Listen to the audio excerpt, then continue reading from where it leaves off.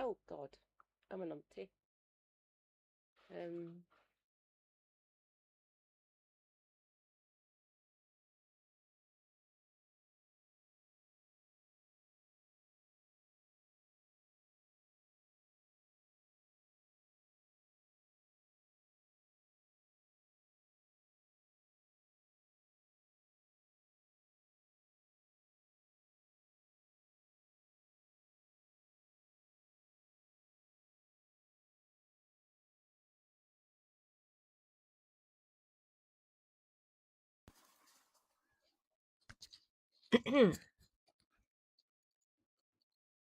oi, oi.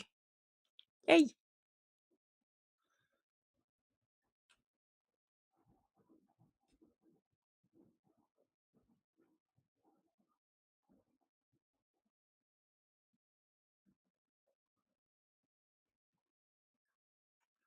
Hi, Davinia.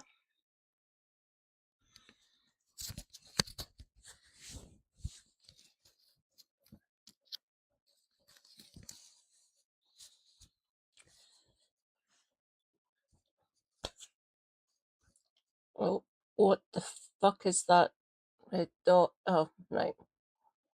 I should have it now. Yeah, I do. I do. Right.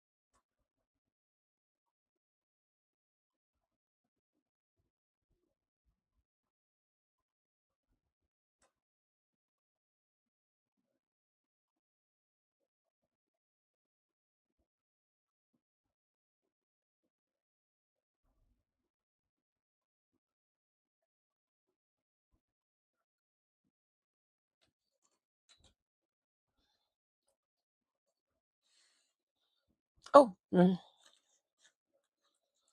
right.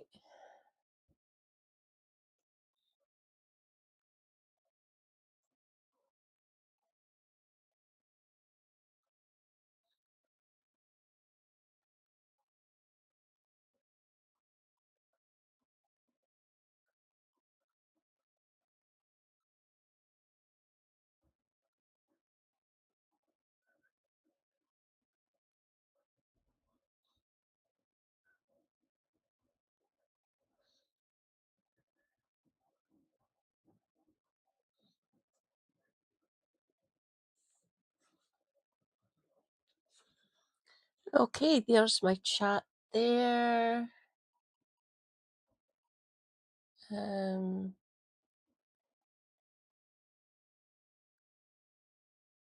yeah, I know I'm live.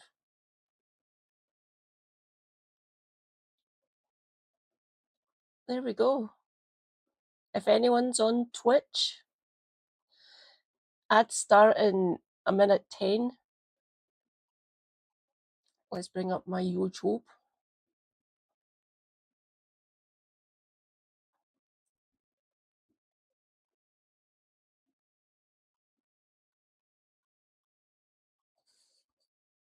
No problem, Davinia. Let's bring up my YouTube.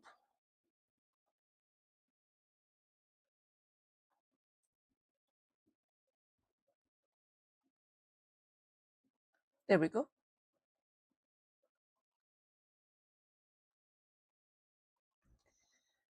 Okay.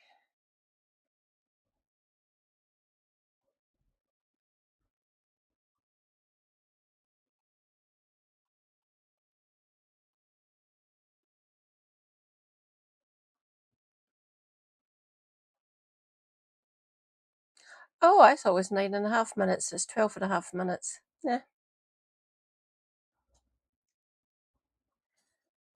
I'll give the people this standard 10 minutes to come in.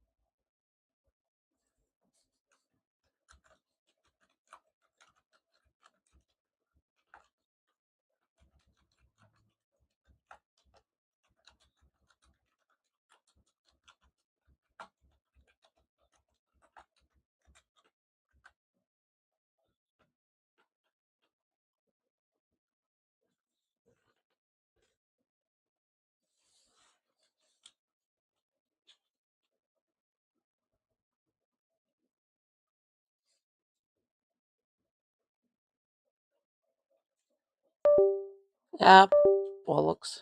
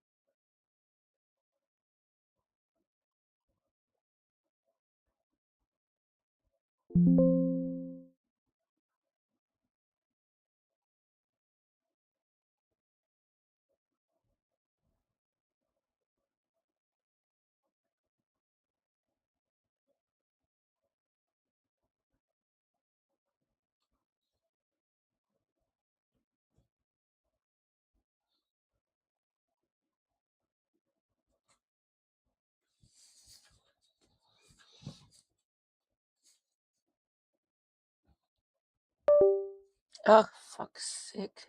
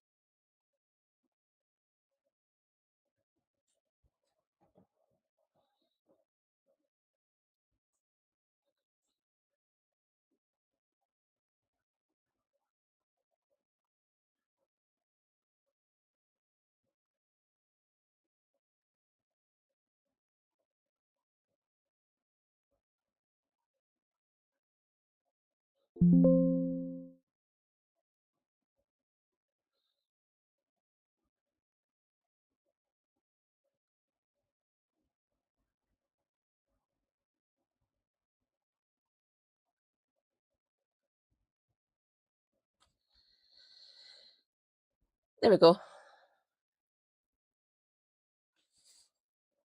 Am I going to have to lift myself up?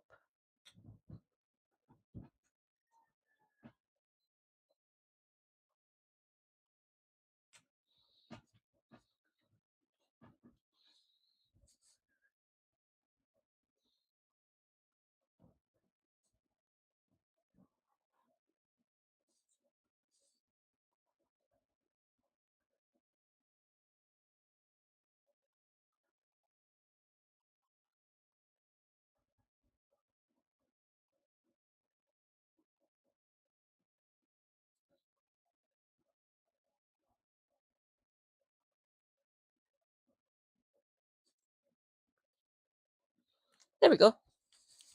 Much better. Oh, I can maybe lower myself down again.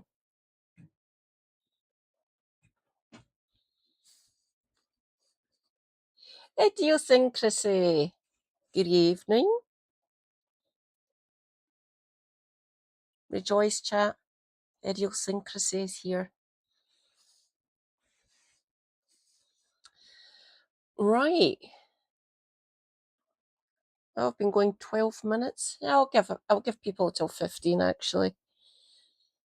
Oh right. What did it fall in here?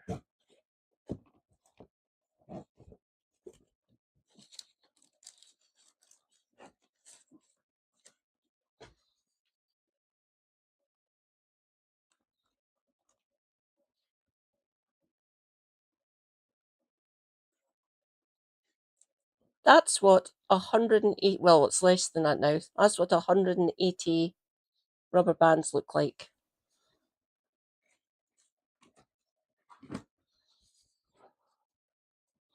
It's giving rainbow vibes. Rosie!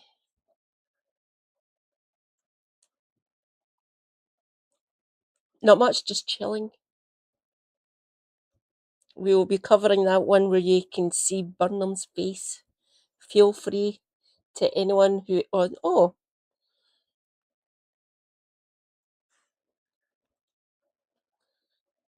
I've got a Burnham emo, but it's only on my Twitch.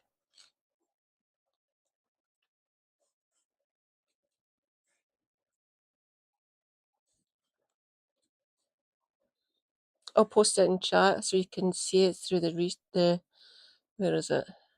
Burnham. Burnham, Burnham.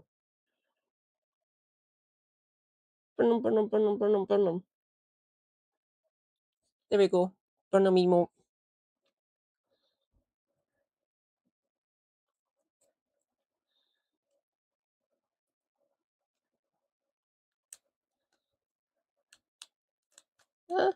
I will do. You can go in there. Then you go. It's still not sitting right.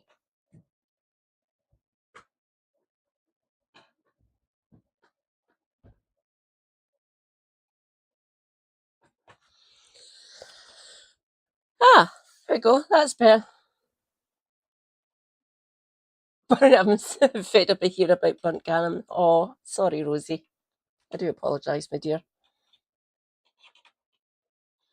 I finally found my stream guardians, so they're underneath the monitor.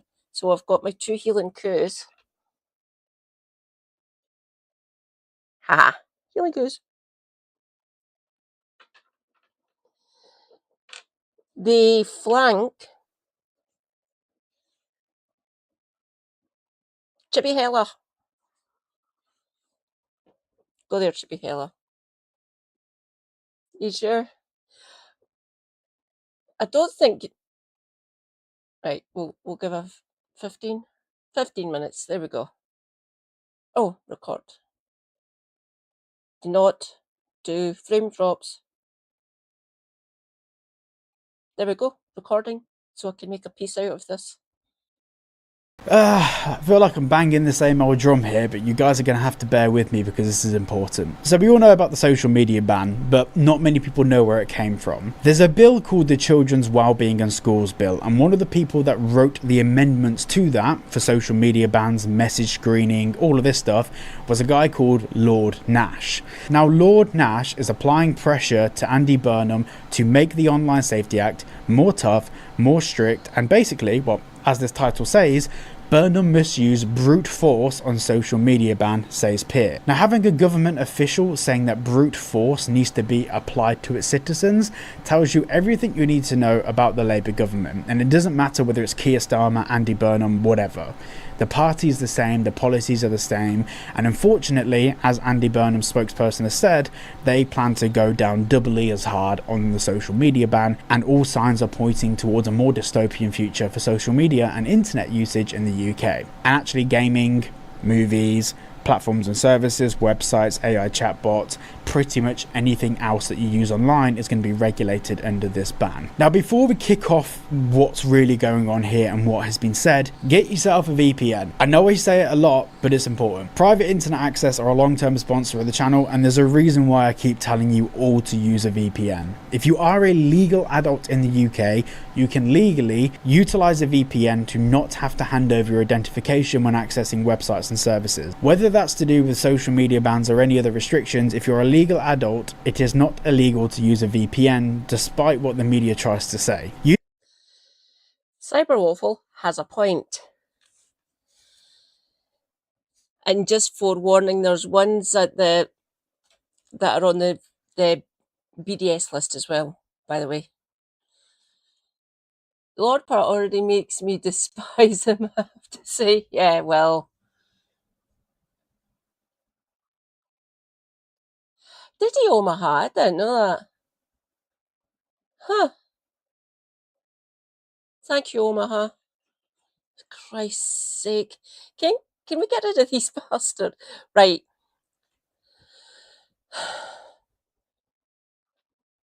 Well, so yeah, forewarning, there's VPNs that you might need to do some due diligence on. Just do some research into them. I'm not sure about this one. PIA.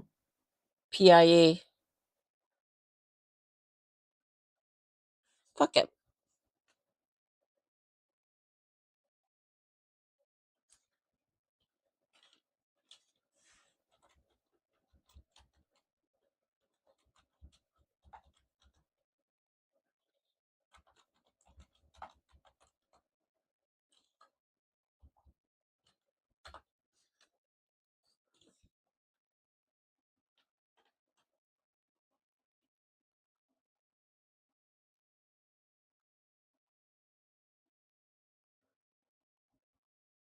Oh, for fuck's sake.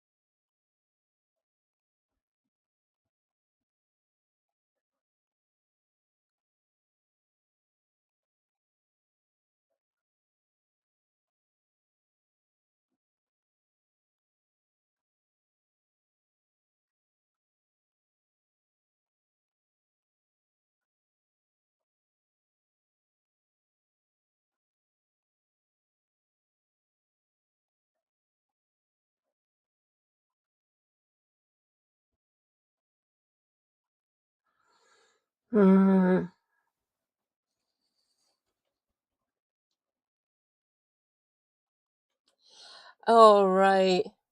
Brilliant. Diddy Omaha. Brilliant. Right, for all my Twitch ones, I can just put in here so you can all still see me instead of having to look at me at a weird angle. Using my link down below, you can get 4 months free and 86% off private internet access, and pretty simply, you push a button, choose one of their 91 countries, and when you're visiting a website, it makes it look like your device is visiting from another country. Therefore, it doesn't ask for you to submit pictures of your feet to use the internet. Anyway, check the link down below. They don't keep any logs on what you do online. It's perfectly safe and private, and it supports the channel. Let's get back to the video. Andy Burnham must use brute force to implement Labour's social media ban on under 16s after research showed tech firms obstructed Australia's scheme.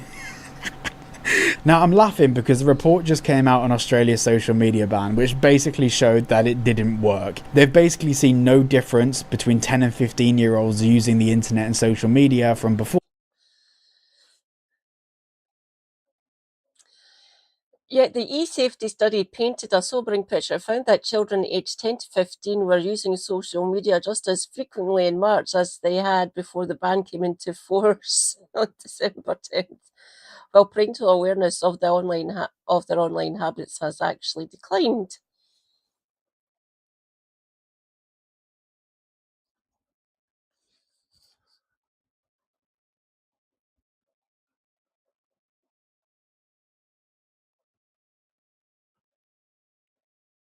I can see who that is.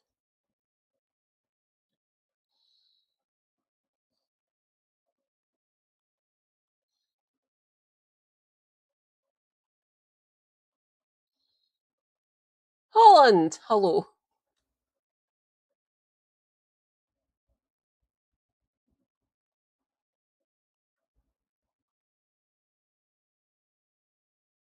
Oh, still struggling. Right. There we go. Brilliant.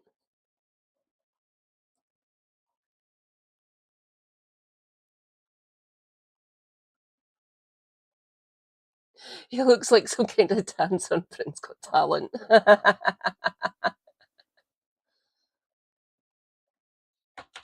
Before the ban till after the ban, all they have seen is data breaches, people's identification, driving licenses and biometric data being stolen. And Lord Nash, the guy that actually was behind the social media ban, has said this is because, what was it? Research showed tech firms obstructed Australia's scheme. That's not what the research shows. At all. Lord Nash, whose amendments forced Labour to adopt a ban, said the Prime Minister must learn the lessons from Australia, where an official report had revealed platforms were to blame for millions of children remaining on social media despite the ban. Now, once again, this is absolute bollocks. The reason why this is nonsense is because what happened is that all the platforms that introduce social media ban regulations like age verification requirements and even monitoring user data to see if someone could possibly be a child based on what they search and what they watch, all of the companies that implemented this also did not see a decrease in social media usage for children, because the reality is there's only so much legal.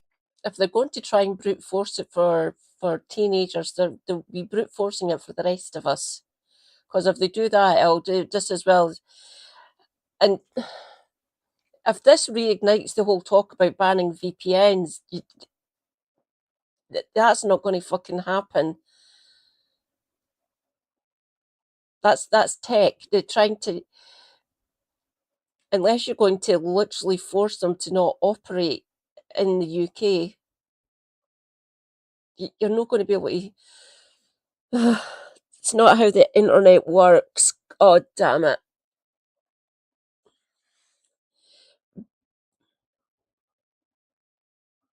Ban over 30s from Facebook and ban Twitter. I suppose you could try and do that.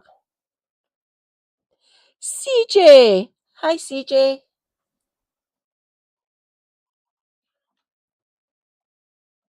Legally, social media platforms can ask for. They can ask for a copy of a passport, but the social media platform can't go and verify every passport with the government body to make sure it's legitimate. And with biometric data, there's only so much they can do to ascertain whether it's a real face or a picture of a face or a 3D model or whatever it might be. Basically, Australia created a law that's far too complex for any social media company to actually regulate, at least this early on. But still only like 9 months into the ban.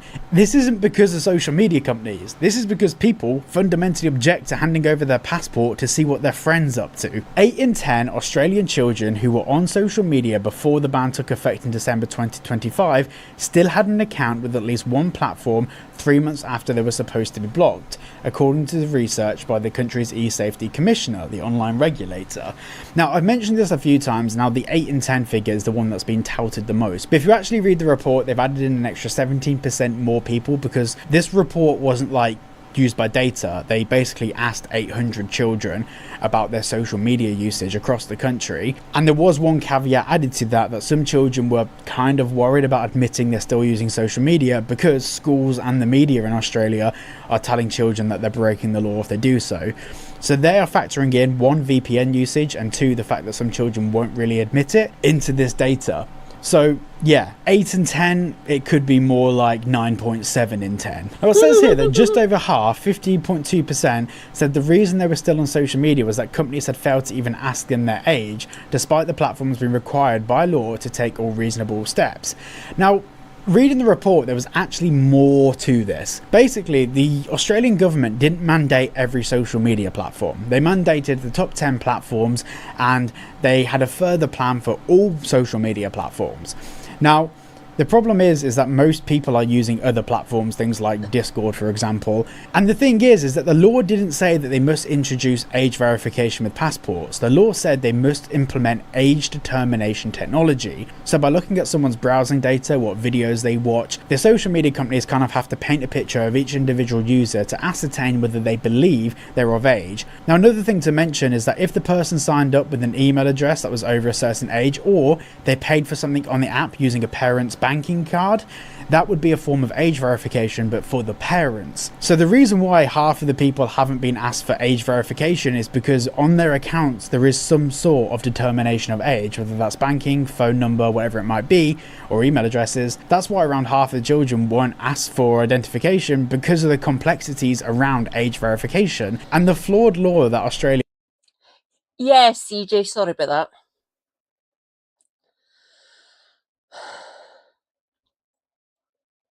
I don't think it's right. A lot of the tech companies, obviously the major ones, are all based the other side of the Atlantic, obviously. It's called Silicon Valley for a fucking reason. So you're seeing what we're doing. We don't... Right, don't get me wrong, there's servers and that stuff here, but trying to legislate and actually implement shit like this is going to be difficult, I assume. Right, you've got the politics of it all.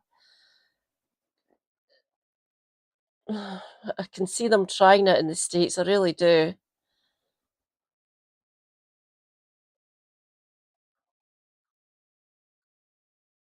Yeah, I think you're close to overtaking us in CCTV coverage, which is fucking wild. Land of the free? Isn't that one of your phrases? Sorry, I really shouldn't joke. It's really quite bad over there for yous. It sucks. Neoliberal governments fucking suck. Mhm.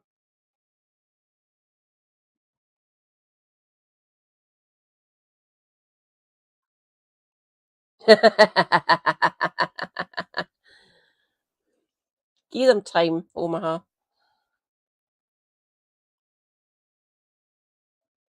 Yeah, fun.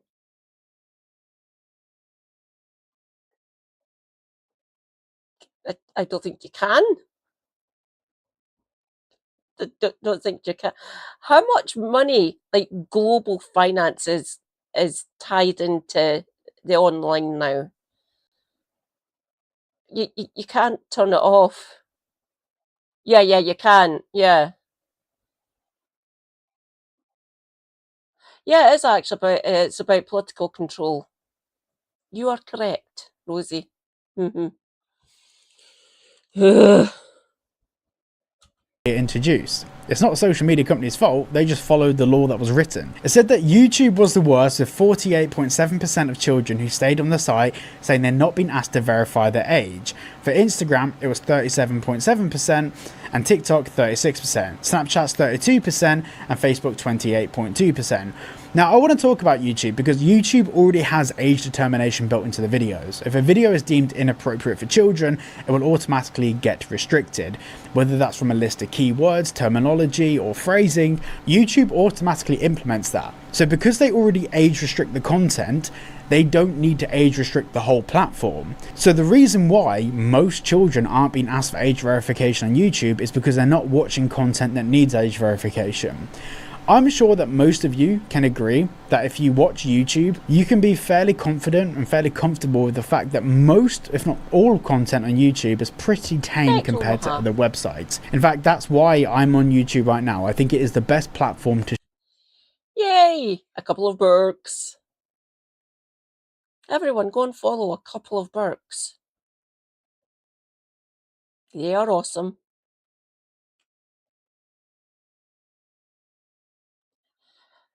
Correct, Rosie. Yeah. Yeah, you can't save or download it. You can't watch offline like with premium. I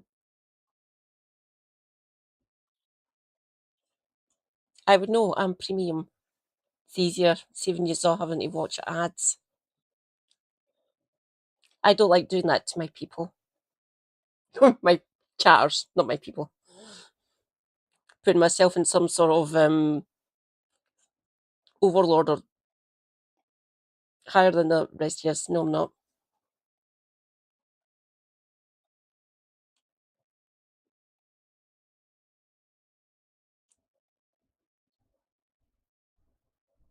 Oh, thank you. Yes, please like. Share opinions, ideas, and communicate with an audience. YouTube does have its dangers, but like, they're not in the same conversation as Snapchat or TikTok. It's just not in the same conversation at all. One family told researchers nothing has changed because both my kids, 15 and 13, were able to get around it with face age recognition. The system estimated them to be over 16. Now, this is the problem. The Australian government said that that was a valid form of age verification, so platforms did that. Saying that it's the platform's fault that they followed the guidance that the Australian government put into effect is stupid. Then Lord Nash said this: "Ministers should not assume any good faith from these companies. These are firms that only respond to brute force. Age verification is highly effective if done if done properly. Our regime must be the tightest available, with robust enforcement powers to match." Jesus, do you know what? You know what? Read this out in a 1930s or 40s German accent, and I think you're starting to get a picture. Ministers should not assume any good faith from these companies. These are firms that only respond to brute force. Age verification is highly effective if done properly.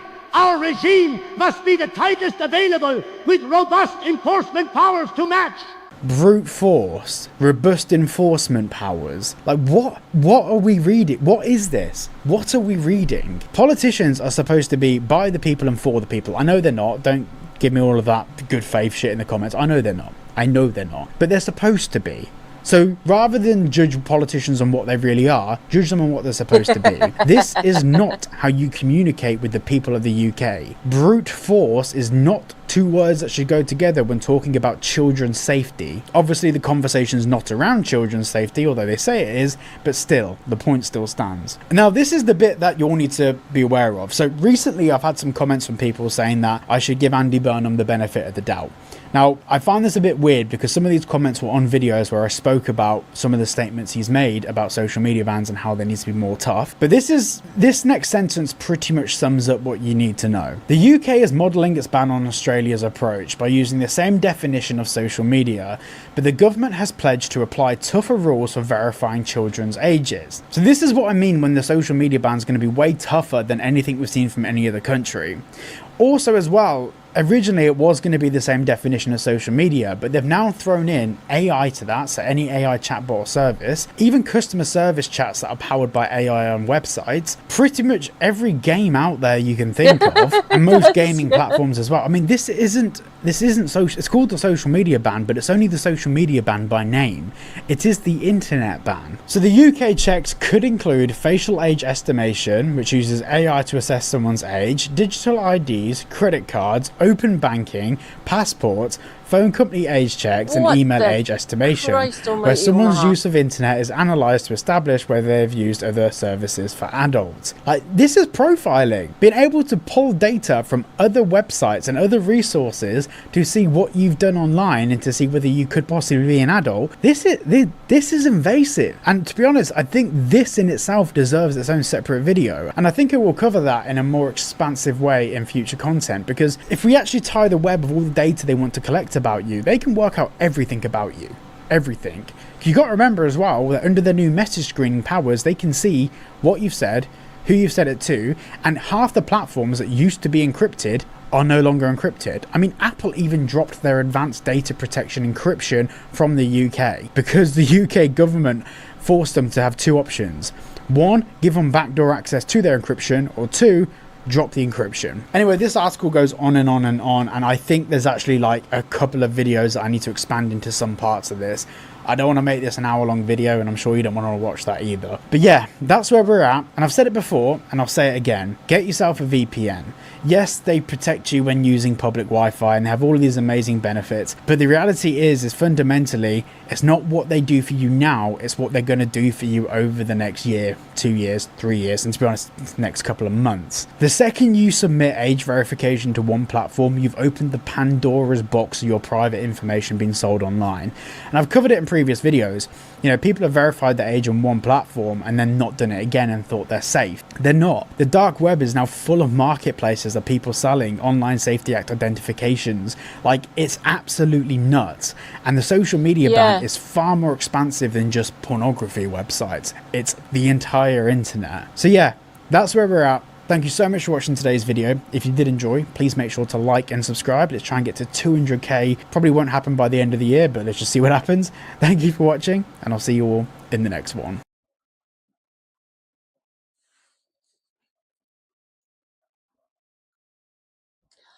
Oh, it's you, Ian McKenna. I do apologise. I couldn't make out your name.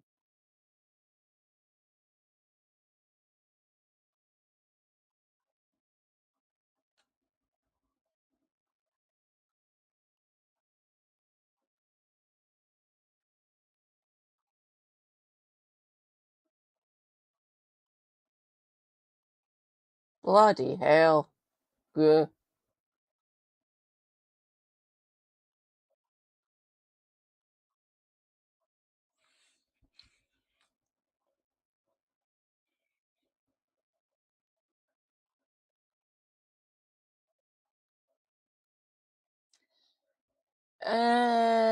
Let's go to my watch later.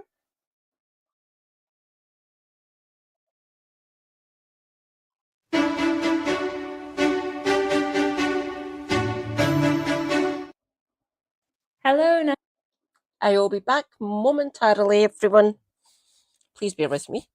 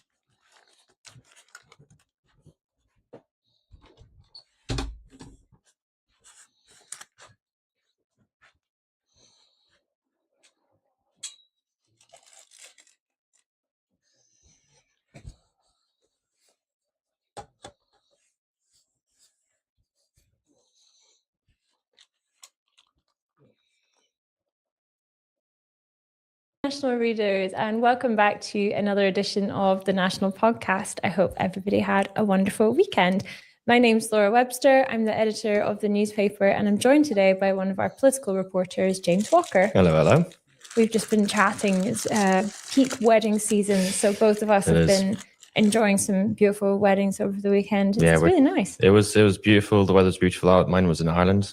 Mine was in Marhall, so not far outside of Glasgow. Yeah, fancy venues and all that.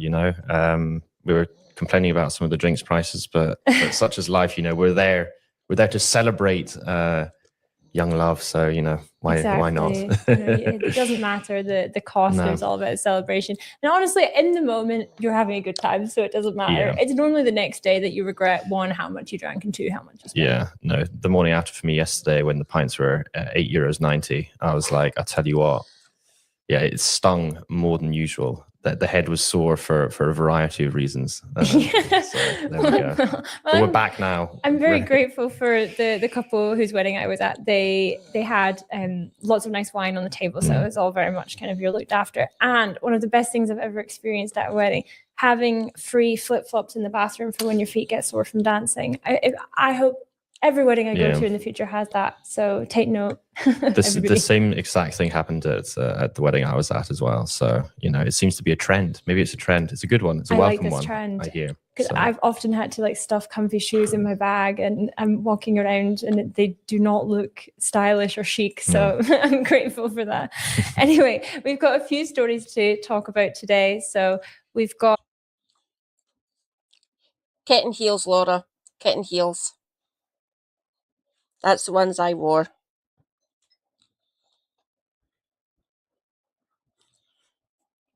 I went to, there's a really good shop. It's a franchise, I think, or a chain. It's called Quiz. I don't know if anyone else knows it. And I took my wedding dress with me. And I showed them, and the four that they suggested, they were all heels. I actually decided on a pair of kitten heels, which were easier for me, and they still went with my gorgeous lace wedding dress. But yeah, the other three, they were all 2.5 and 3 inch heels, which I would struggle to walk in. Yeah, I have no problem doing that now. I don't. The latest on the Scottish Labour leadership race, which has kind of, there's quite a bit of drama come out over that in the last couple of days. We have a story about Nicola Sturgeon's warning to the SNP. She's got some interesting words for John Swinney in the new foreword to her book, Frankly. And we're also going to be talking about an exclusive in yesterday's Sunday National about Scottish educators seeking legal advice over a smear campaign from UK Lawyers for Israel. So some really interesting stories. And as ever, we would love to know your thoughts. So get chatting in the comment section. Let us know what you think about things, and we'll do our best to respond to your questions if you have any as well. The Scottish Labour leadership race reeks of misogyny and male entitlement, the only female contender has said, as she appeared to cast doubts on the fairness of the contest. Monica Lennon, in a post on social media on Sunday morning, hit out at unnamed figures within her own party, alleging that, quote, men expect a coronation or a ballot without women. Lennon is so far the only woman to have put herself forward to take over as Scottish Labour leader in the race triggered by the surprise resignation of Anna Sarwar, who had gone back on his pledges never to join the House of Lords. Michael Mara, a close ally of Sarwar, is seen as the front-runner and is alleged to have the party, quote, machinery around him. Joe Fagan, the new MSP who formerly led South Lanarkshire Council, has also entered the race and has reportedly got the support of Scottish Labour grandee Jackie Baillie. In order to get to the final ballot, the contenders each need to secure the support of 3 Scottish Labour MSPs, 3 MPs, and 3 affiliated organisations, 2 of which must be trade unions. It's quite a difficult kind of line to get to. And Lennon is reportedly finding it difficult to secure the required number of MPs and MSPs to stand, with key left-wing allies like Richard Leonard and Mercedes Villalba leaving Parliament at the last election. Allegations, which he has denied, have said that Mara has been talking to his MSP colleagues in a bid to convince them not to support Lenin in an effort to block her candidacy. In this context, Lenin wrote in social media on Sunday, quote, "Scottish Labour is about to repeat the same mistakes. We can't accuse others of cronyism if we operate like a private members' club, placing personal and factional ties above principles and the country. We must debate big ideas, find our backbone, and rediscover boldness. This contest reeks of misogyny and male entitlement. That's the road to nowhere. We're not here for a social life or to win an occasional debate. We were created to win power for working class communities and lead in government, not from the gutter." The day after I declared my interests, I was on BBC Radio Scotland encouraging others to step forward. "I've never feared a contest, it's necessary. Why do men expect a coronation or a ballot without women?" James, you obviously are in charge of our branch office updates newsletter. You've done a lot of work around Scottish Labour. You've been to God knows how many of their conferences and things. Has this story... Too many. Yeah, I think one might be too many. Has this story surprised you at all about how Scottish Labour kind of operate behind the scenes? I mean, not really. I mean, it's been... they've been met with accusations of pushing out or stitch-ups when it comes to left-wing candidates, anything from, in this case, obviously quite a high-profile one in a leadership race, but even, when it comes to the selection of candidates, for example, whether it was the general election, whether it was the Holyrood election. So what you've got right now, I think it's probably quite fair to say, is one of the most right-wing MSP groups that they've ever had, and ditto with the MP group. And that's kind of where you see Monica falling perhaps at the first hurdle, is that, it's, as you say, reportedly struggling to get the support within those groups. So yeah, I'd say it's nothing hugely new on that front. I mean, we have to remember as well that Monica Lennon wasn't even an MSP until recently. Again, she was, despite being, a really quite big figure in the party, she couldn't find her way into a safe list position. And obviously Quite low down. She was quite low down, and there was a chance, I guess, that she'd get through, but it was, widely expected that she wouldn't. And she didn't until obviously Anasawa resigned. So she got through that way. She didn't get there because the party felt as though, she needed to be in that position or. So I think we have to keep that in mind first. But other than that, as I said, yeah, the left-wing candidates and politicians have been pushed out of Scottish Labour for years now. So it's not really a huge surprise. But I think there's a variety of reasons why she might be struggling as well. And a lot of that's got to do with certain issues that she's had that she finds important or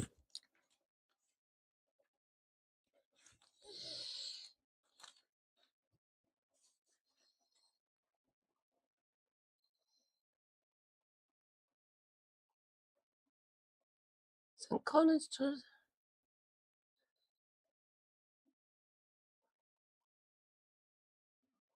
Memory foam in my shoes as well. I've got 3 pairs of Skechers and another sort of off-brand, basically a copy of Skechers that I use. The 2 Skechers that I use the most, they're over there next to our sofa, just underneath the window. Look! Ta-da!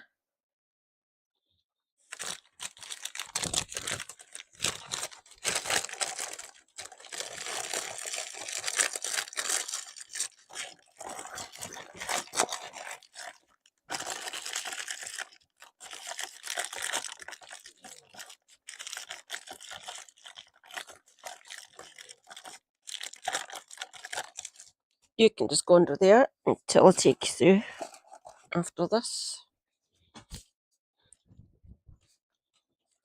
I was grating cheese because I didn't have enough of the bagged grated cheese for our pizza that we're having technically tomorrow. So I have now grated up the cheese that I had left. And we've got like mozzarella, about 1/3 of a bag. So now we've got enough cheese, and now I just need to think of flavours for my chicken and other toppings. There's a red pepper in the fridge. There's brown, red, and spring onions in the fridge. I might take out some sweet corn from the freezer and get it defrosted and put that on my pizza as well.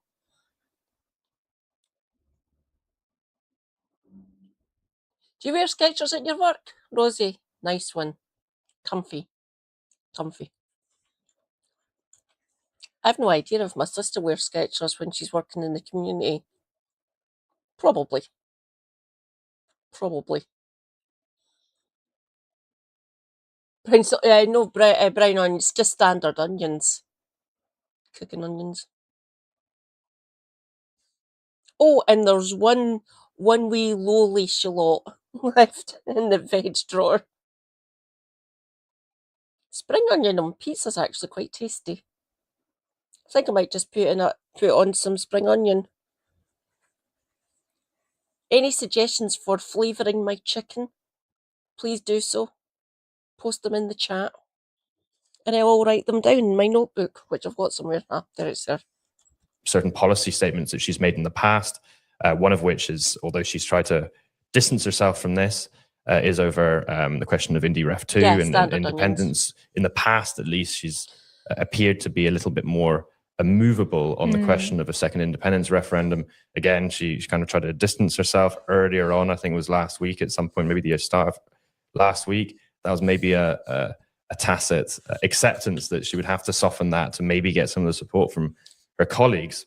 What's interesting, though, is that she's very popular within the grassroots. There's a really big divide at the moment in Scottish Labour between the members and your elected officials, with the members veering more to the left than the politicians by and large. I mean, obviously, it's, you can make these statements. Obviously, people will be liable to disagree, and obviously there will be there more right-wing members, and a lot of the left-wing members have left as well for your party or what have you. Ooh. I think what is also an interesting issue that's playing out in the party, we're going to be doing an article on this later. Well, I'm going to be doing an article on this later today, is that Monica Lennon has also been very much more vocally pro-trans in the past. She obviously very much supported the GRR, and has certainly within the party is seen as being a bit more pro-trans than certainly the current situation when it comes to Labour. They've obviously rode back on their support for GRR. The last manifesto was very much more on the gender critical side of things. And Michael Mara wrote the manifesto. Yes. So it's very clear where Yes.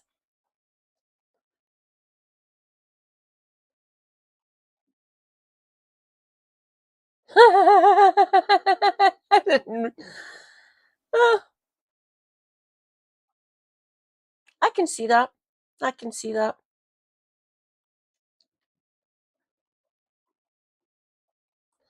Are you? Send some up to Glasgow, please.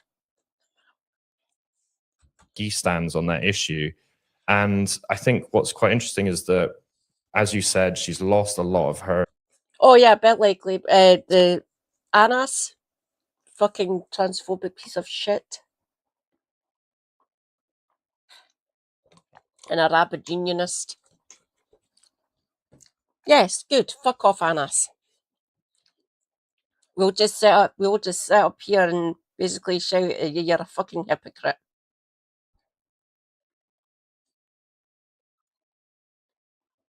Yes.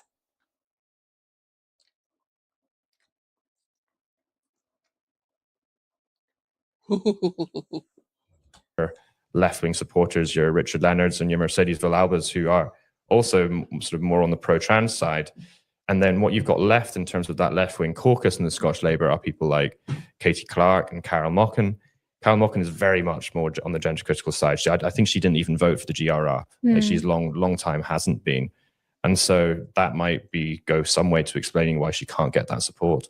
Yeah, that makes a lot of sense, actually, doesn't it? Especially because it's such a smaller group of Labour MSPs than it was before as well. Like, it's a very different environment.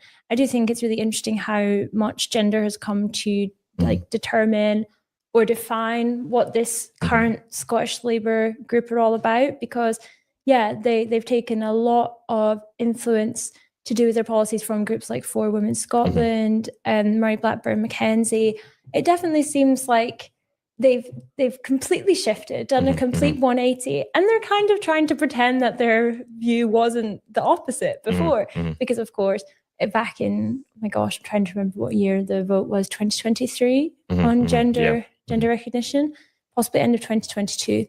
And they've been doing this, they've been doing the legislation for this, actually drafting it, writing it essentially, for about 4 or 5 years before that. So this was well researched, well constructed in policy papers and in legislation papers as well.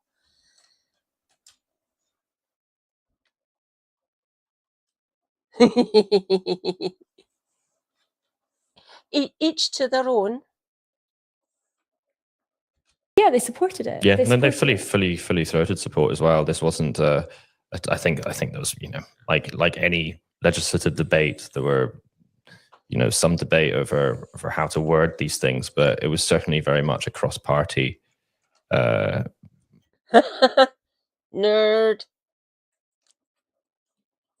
It is like you're at work, Morton. Rejoice, everyone. It's the Morton.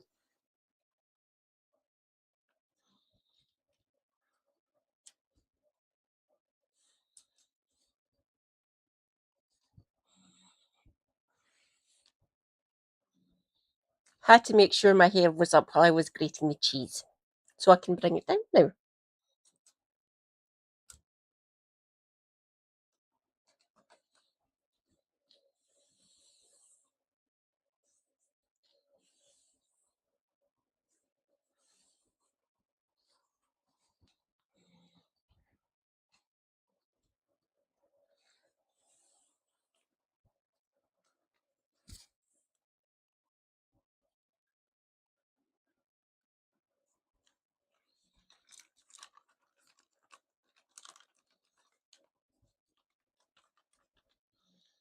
There we go.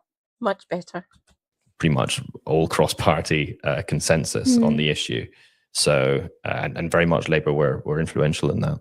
Yeah, it seems like, and I mean, I don't know, because I don't know how everybody's going to vote, but it seems highly unusual to me after all of that posturing and all of that political movement in the last few years, working with these gender critical groups and everything, that they would suddenly shift and have a more trans rights oriented leader. I can't really see that working. And kind of on the point of misogyny, I think that's really interesting that Monica Lennon has been so direct and so outspoken in her language. I've never been a member of Scottish Labour, so I can't speak for how it works behind the scenes and in your PLPs and what it's like.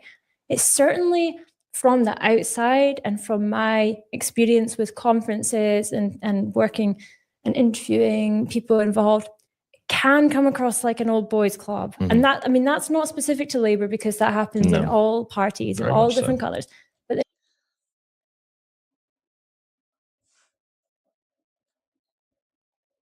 Helena, or No Justice MTG, everyone go and follow Helena. No Justice for the win. Interviewed Baroness Natalie Bennett, who is the leader of the Green Party. Don't get me wrong, they've got Zach in leadership now, but before that you had Adrian Ramsey and Carla Denyer as co-leaders. To this day, like they've had interim leaders while a leadership contest has been going on. Labour have never had a woman as party leader or PM ever. Love your Helena, yeah. Awesome based individual and great streamer. Better than me, obviously. Yeah. I try my best though, everyone. I do. there can definitely be that kind of old boys club vibe in, I think, often more so Scottish Labour than UK Labour. Is that fair?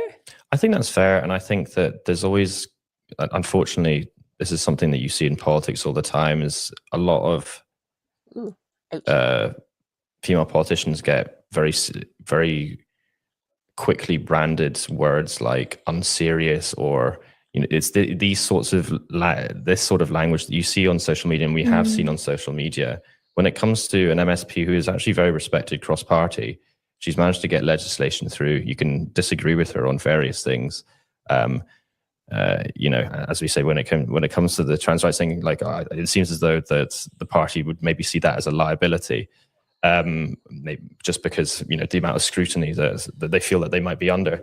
But I think that a lot of female politicians, especially when they're going up for leadership, and Scotland is not immune to this, will get easily branded words like that, and we're seeing that again. And I think that maybe is to a certain extent what.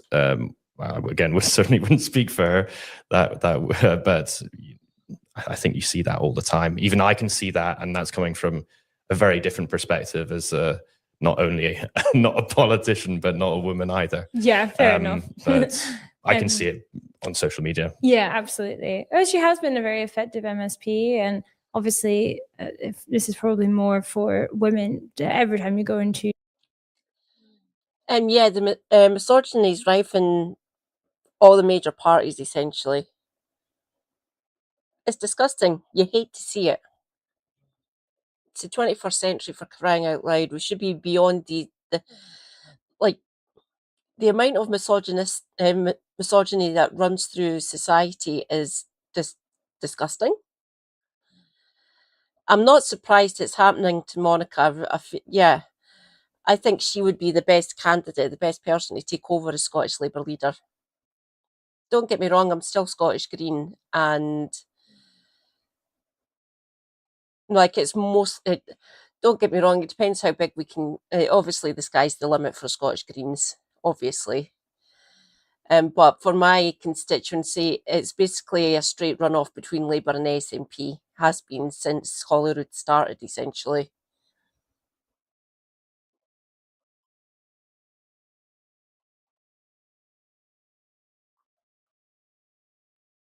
Oh yeah, it's about authoritarianism, Jacqueline. Yeah.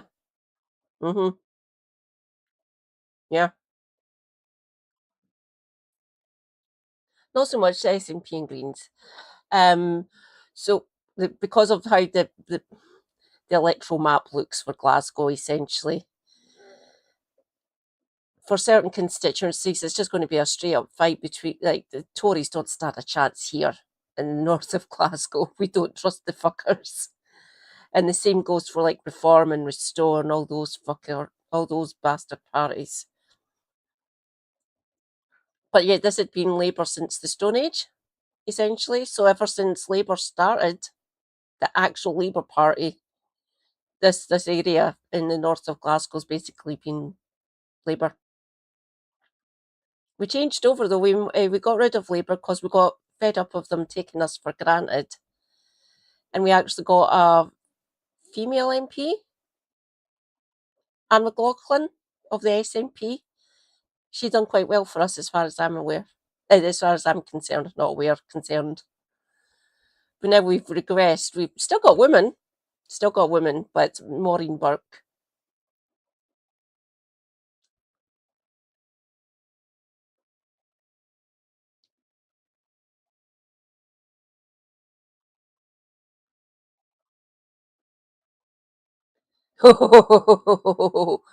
Oh, I think you may have hit the nail on the head there, Omaha.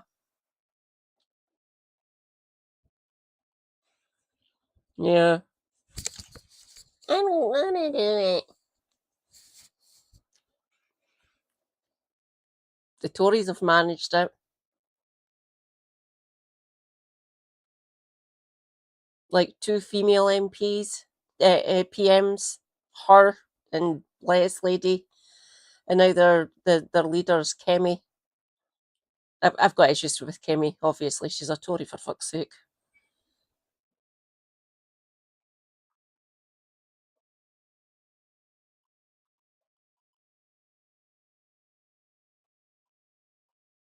Yeah, cheese and onion sandwich. That's my sister. That's one of my sister's favourites. She likes that. like a public bathroom, there are now period products available. wherever you need them because of Monica Lennon's legislation. And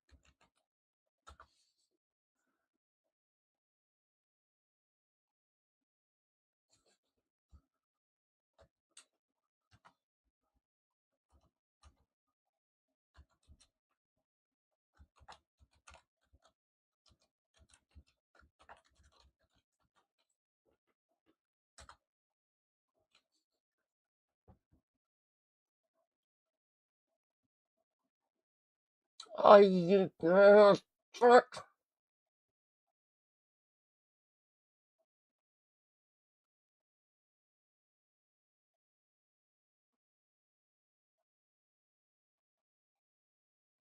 Give me a minute.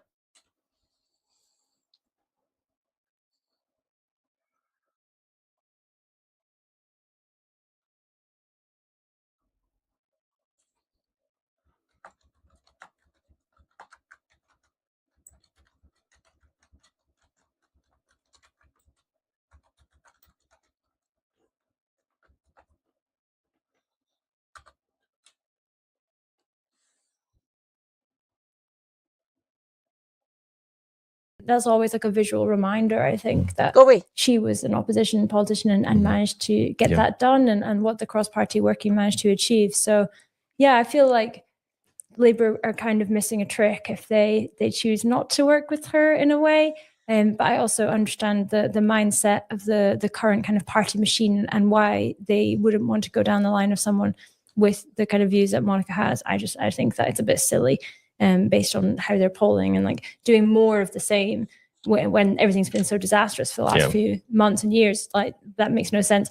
But Mark in the comments says Monica would straddle the divide between independents and non-independents Labour supporters. She's the best candidate for Holyrood, not for Westminster. That's really interesting. Yeah, I think that probably is the appeal of Monica, and that would be the best option for Labour, really, because having that pro-union, or some people call it like extreme unionism or whatever, I don't know, that kind of position has not led them anywhere, has it? I mean, I think that we've seen a lot of comments. Like I say, there's rabid unionists in the major, obviously, the like the Lib Dems, the Tories and Labour. And yeah, that's not where Scotland's heading. The mood music is changing, essentially. Don't get me wrong, people like me have existed for fucking decades wanting independence. Even before a referendum, I wanted it. We're taken for granted. We get treated like a colony. Most of the Scottish secretaries we've had over the years have been fucking horrible.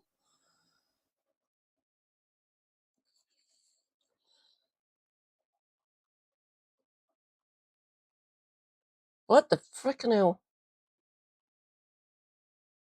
Commentators make that particular point on independence, and I can't see. Obviously, Labour have hemorrhaged a lot of support to say reform, but you know, hypothetically, they can pinch votes from the SNP and the Greens, but they would have to soften on that issue.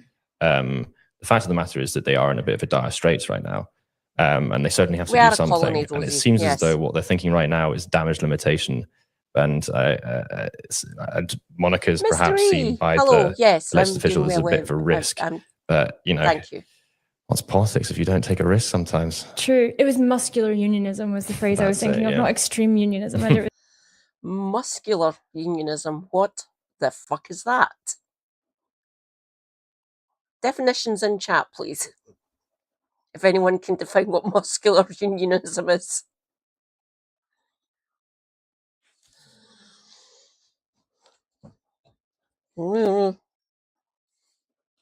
didn't know where that came from. Muscular unionism. There you go. Anyway, we shall move on to our next story. Nicola Sturgeon has warned John Swinney that the SNP risk losing more votes to the Scottish Greens under the party's current policy direction. The former First Minister said Swinney was, quote, already covered this. So what I'm going to do, Super Hobby found me a story.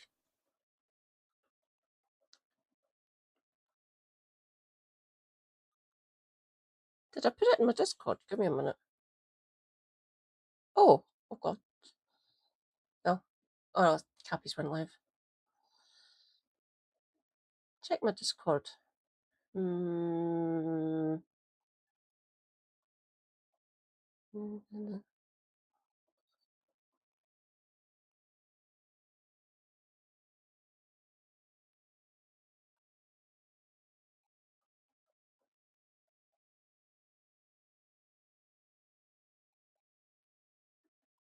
Huh.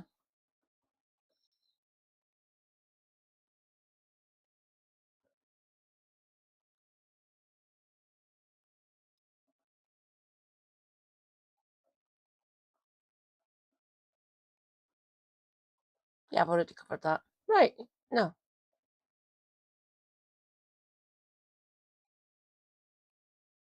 Stream suggestions?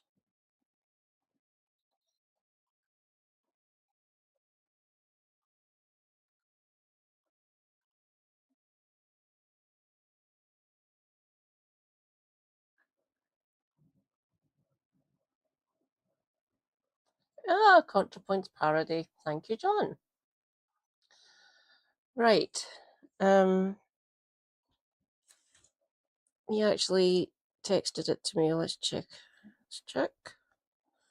What section is it? It's there. BBC in depth, right.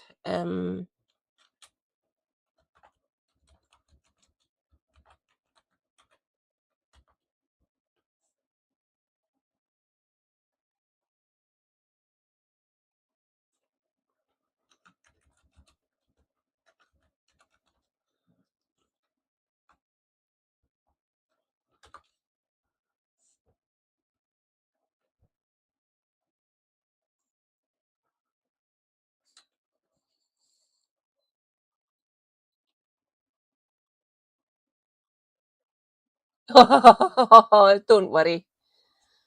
I was actually looking for funny answers, what muscular unionism is. It's a liberal thing, basically, yeah. Okay. Super Hubby found this one for me. He obviously knows what my strengths are. Thank you, Super Hubby. Much appreciated. Right, before we get into this, I'll actually take the stuff through.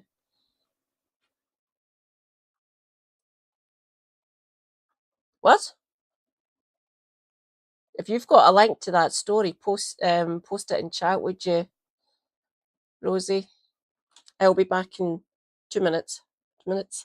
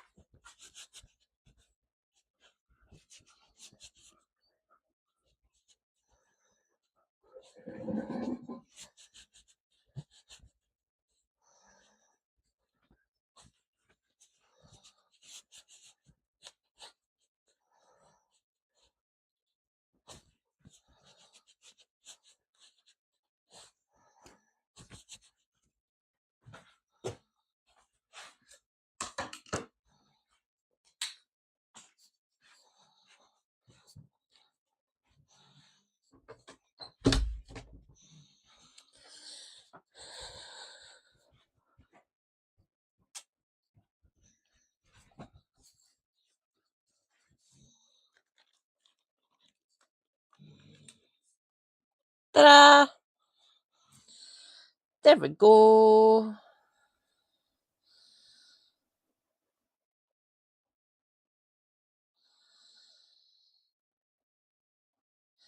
There's a real reason child vaccination rates are falling, and it's not social media.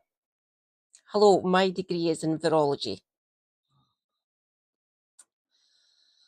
Okay, Luke Mintz.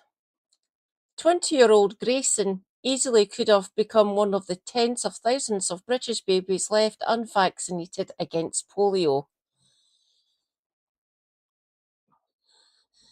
Yeah, that's fine. I take it off if I need to go and do anything else of a personal nature. But yeah, I was cleaning my hands.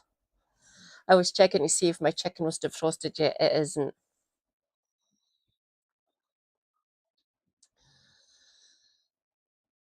I'll be fine.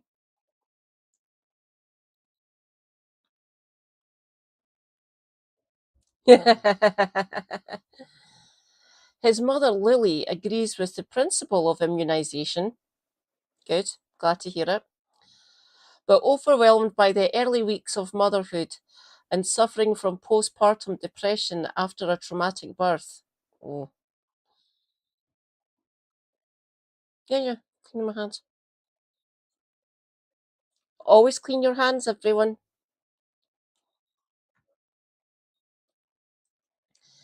She was daunted by the prospect of a long journey to a doctor's surgery. Oh dear. I've been through the trenches, awake all night. You don't want to leave the house or go to a different town.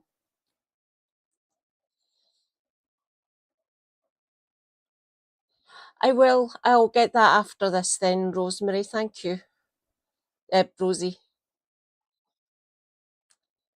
Weeks ticked by, and eventually Grayson missed the polio and diphtheria jabs. That's whooping cough, by the way. He was supposed to get at 8 weeks old. By that point, he was officially classed by the NHS as overdue for vaccination. Effectively, he was on his GP's naughty list. It's not a naughty list.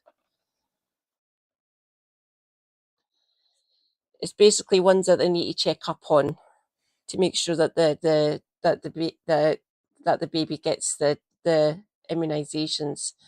Calling it the naughty list is not going to help anyone. Then really realised there was a clinic practically on her doorstep at a location she hadn't expected. Oh God. I need John. Mr. the Brazen.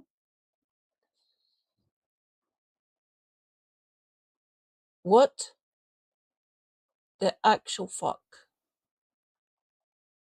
Thank you, Jacqueline.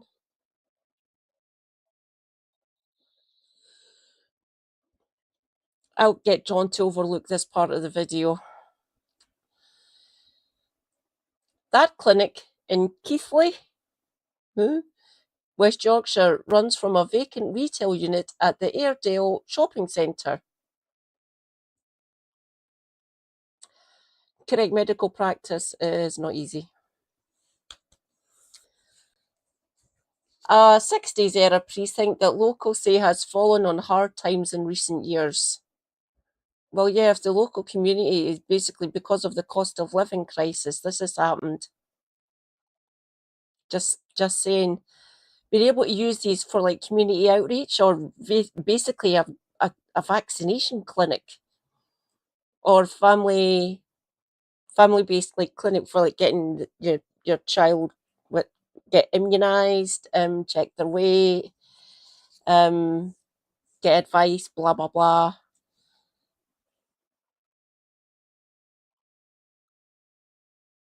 South Shields General, sweet.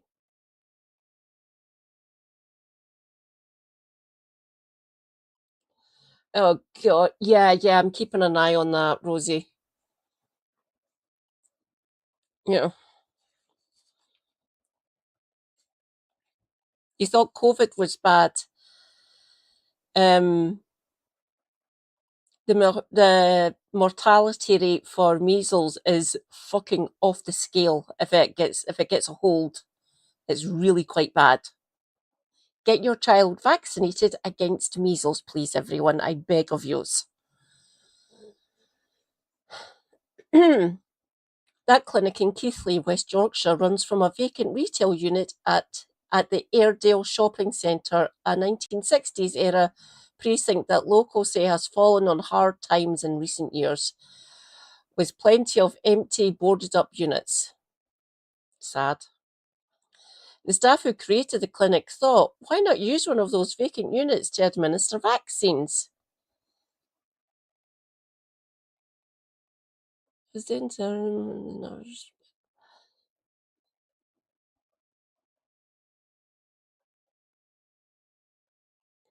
Measles is very fucking dangerous, very dangerous. This was an empty shop. There was nothing here. The windows were all blacked out. Flora Jennings, the local charity coordinator, tells me over the sound of a baby's laughter on the morning I visit the clinic.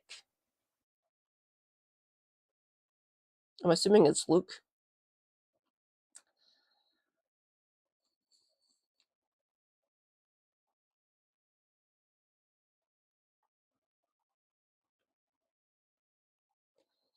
Yeah, Jacqueline. Yeah. Being able to do outreach to those communities so they actually get vaccinated against stuff is, yeah. I can understand why they're vaccine hesitant. I get it. Yeah, it's not as if the government have been nice to them over the centuries essentially. And I don't, yeah, understandable. Yeah. Dr. Zoya Hossein leads a walking vaccination clinic at the Airedale Shopping Centre, helping to boost the area's immunisation rates. It's an imaginative solution to a national problem.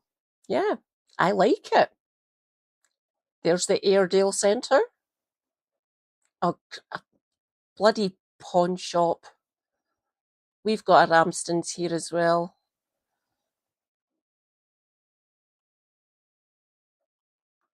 Could maybe do with an upgrade. The actual shopping centre, the way it looks.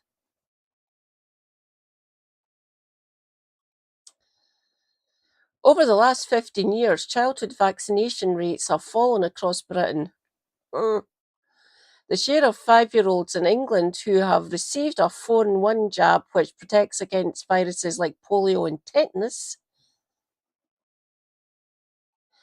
is... Keithley? Please tell me I've got that right, John. Rejoice, comrades, John the Brazen. Immunisation clinic in the Airedale.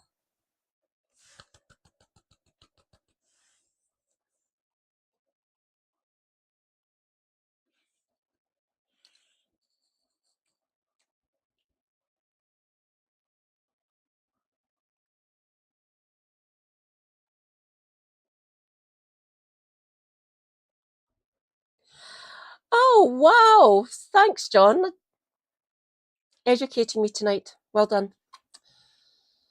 Over the last 15 years, childhood vaccination rates have fallen across Britain. The share of 5-year-olds in England who have received a 4-in-1 jab which protects against polio and tetanus is now at 81%, down from 89%. You want to get them above 95%, by the way. 89% in 2014. About 84% have received both of the recommended MMR and measles, mumps, and rubella jabs, down from 88, oh God, a decade ago. If you just look at the generalised population, the decline doesn't look horrific, but it's still going down. It's not where it should be, says Professor Dan Hungerford, an epidemiologist at the University of Liverpool, who gave advice to Parliament on this topic. But if you compare us to other nations, particularly our European neighbours, we are one of the worst performing countries in terms of getting early life vaccinations to children. Oh, that's a good use. I like that. I like that a lot. Politicians are now asking how Britain, the country of Edward Jenner, the father of immunology. Praise be, Edward Jenner. Could have allowed its immunisation rates to drop so low, and what could fix it? One Labour MP on the Health Committee has gone further, telling the BBC that it's time to consider a policy that's commonplace in some countries, but something of a taboo here in Britain: mandatory childhood immunisations. That's what I've been calling for over the best part of 20 years.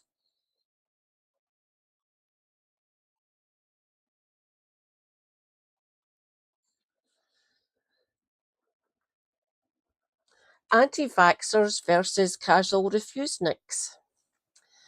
Before the 1800s, between 40 and 50% of children in Europe died before their 15th birthday. Now in Britain, that number is well below 1%, according to the UN. Scientists broadly agree that vaccinations were key to this improvement. Of course they fucking were.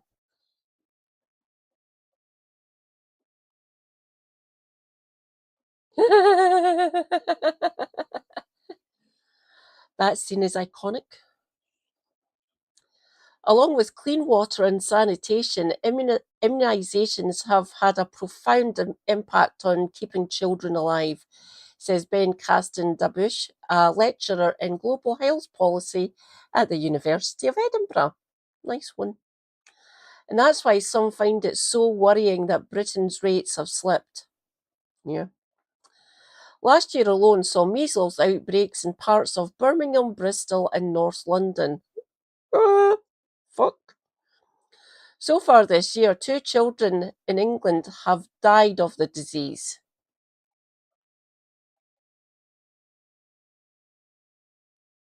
What the actual fuck? Like I keep on saying, measles is a very dangerous fucking virus. In January, MPs on the Health Committee described the backslide as a national disgrace. Yeah. Some blame the rise of misinformation on social media. Last year, a group of American scientists found that reading just one anti-vax Facebook comment about the human papillomavirus given to teenagers was enough to make some parents hesitate. Why?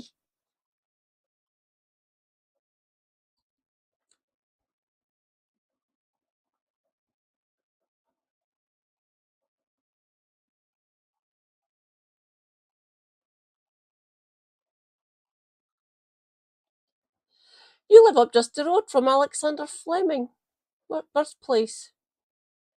Sweet. But all the public health experts who spoke to the BBC said that whilst anti-vax social media sentiment plays its part, they don't think it's the main reason immunisation rates have slipped. Instead, they point to something more mundane.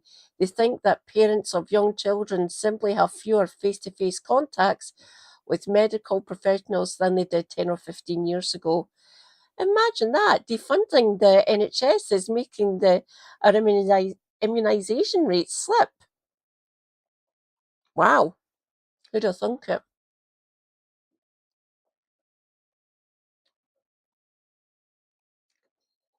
Becky Baird, a senior fellow at the King's Fund think tank, says that despite colourful media reporting around anti-vaxxers, most parents who turn down vaccination are not ideologically opposed to it.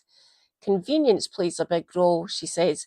Vaccination rates are highest when parents regularly interact with medics who can remind them to get children jabbed and tell them exactly where to do it.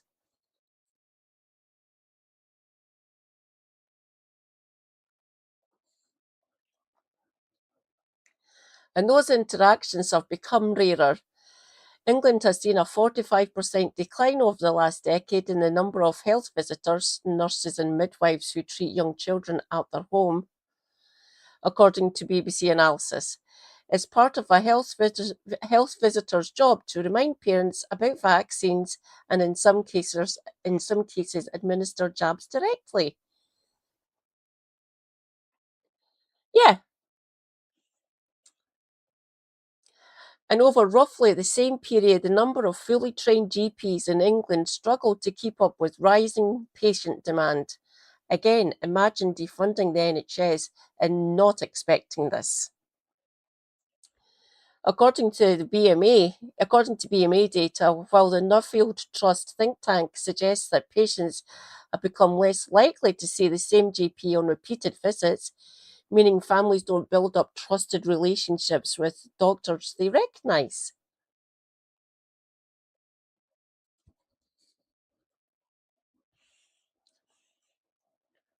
Those touch points have become fewer. Just saying. Bucking the national trend, at Keithley's shopping centre inside the vaccination clinic, nurses are passing around biscuits. Nummy. The kitchen's there, the playpen's there, says Jennings as she points to a soft play where parents can leave children while their siblings are vaccinated. I wanted it to be really inviting, almost like you're walking into someone's home.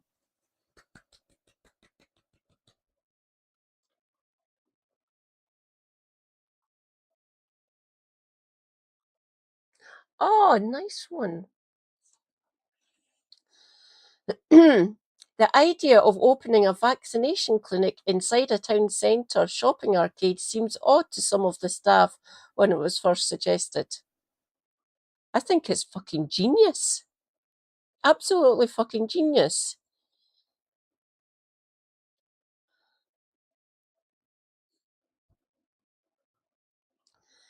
Now they say it's key to the clinic's success. We need to make it simple. We need to make it simple. We need to put services where people can come, says Jennings. It means they can catch casual shoppers who pop their head around the door and decide on a whim to get their child vaccinated. We're right in the centre, and down here it's flat, so you don't have to push a pram up a hill. Always good. She says some parents simply won't attend a clinic if it involves more than one bus.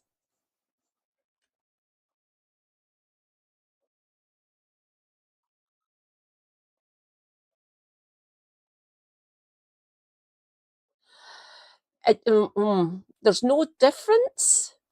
I would always suggest get the child vaccinated. I really would, especially for measles. Obviously, tetanus and polio are also important, so is mumps and rubella, especially in mumps in men. Older, if you get it, if you're fully grown, makes you infertile. Ouch, not good. But rubella's really bad for lasses, for girls, and the HPV as well. Although you can give it to if anyone can get it. You get it when you're a teenager before you become sexually active, essentially. Okay, take-up rate of the phone one jab among 5-year-olds in England fell by 7 points. Fuck. Okay, 100% is not is very unlikely. That's why the target's 95, as you can tell in the chart here. 81 is really, really bad in my opinion. Not really bad, it's not that good. Not that good. I'd want it above 90, but ideally it should be 95% in vaccination rate for herd immunity, essentially, because there are people who can't get it for a variety of reasons, essentially. But yeah, getting 95% is, as far as I'm concerned, vital for some of these ones. Believe in the children, it makes a massive difference. Yeah, so true.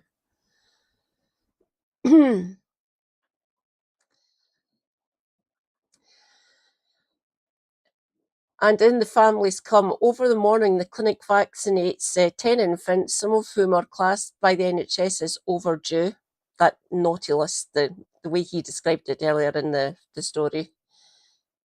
In many cases, the parents actually turn up to use different services, like baby weighing, but once they're inside, lead GP Dr. Zoya gently suggests an immunisation, and most parents say yes.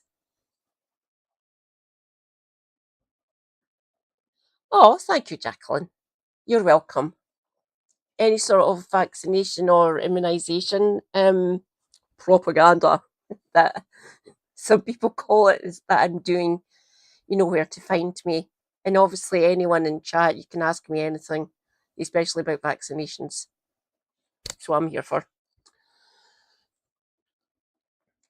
I do get lots of questions. Why do we need to give them jabs? Why don't we just let nature manage itself? Don't, please, do not perpetrate those fucking sort of that sort of messaging. I beg of you. Don't get me wrong, the parents like asking questions and being able to actually educate them about this, very much needed. Very much needed. Yeah. Measles is natural. It's a part of nature, but is incredibly deadly.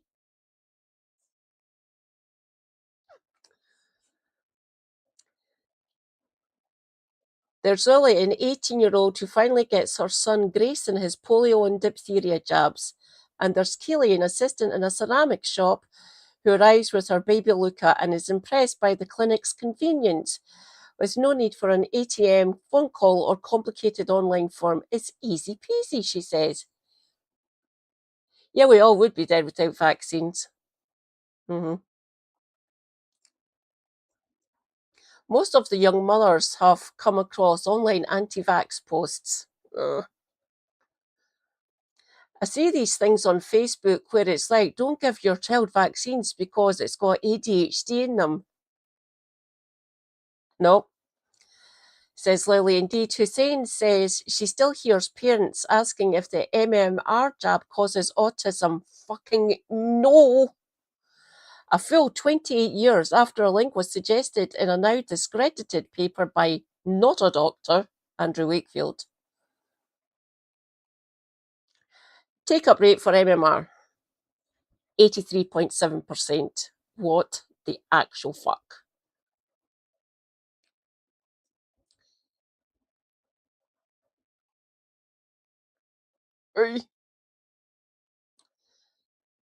The clinic, which serves a relatively poor community, John. Yeah, we all would literally be dead. We would be. Yeah, mums make boys sterile. Yeah.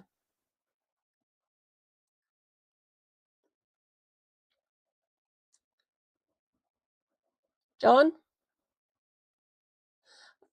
I'll wait until I see him in chat. The clinic, which serves a relatively poor community, has vaccinated hundreds of infants since 2023. You'll love to see it. Helping to boost coverage in the area that's historically had low rate of immunisations.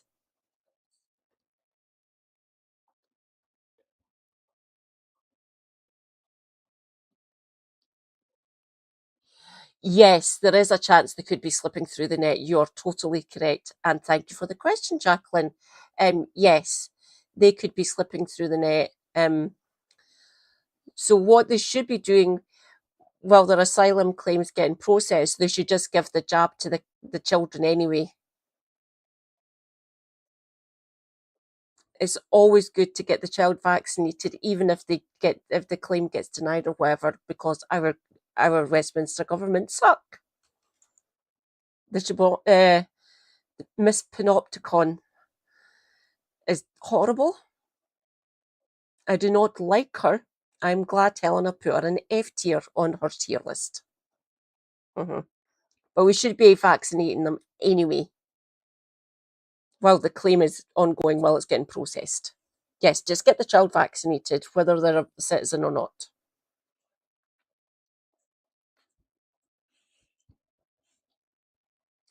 As of March this year, 88% of children registered with the modality AWC, the GP practice that runs the clinic now receive the first MMR dose by the age of 18 months, up from 78 3 years ago.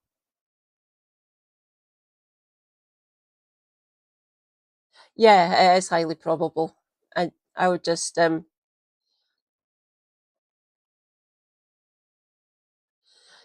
it thanks, John. We're bucking that national trend, says Bill Graham, a senior administrator at the practice. So what can be done about falling vaccination rates across the rest of the country? One option is to emulate the Keithley model, bring it, and open walk-in clinics in vacant retail units. There's 3 in my local shopping centre, which is over there.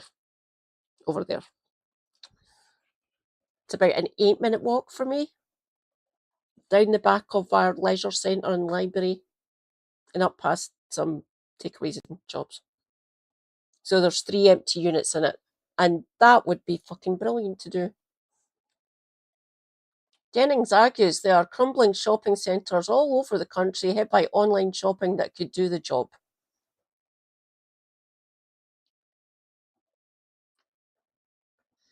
Baird from the King's Fund agrees that vaccination works best when it's carried out in small, easy-to-access local venues, like shopping centres. How do they get past Farage with the Susie?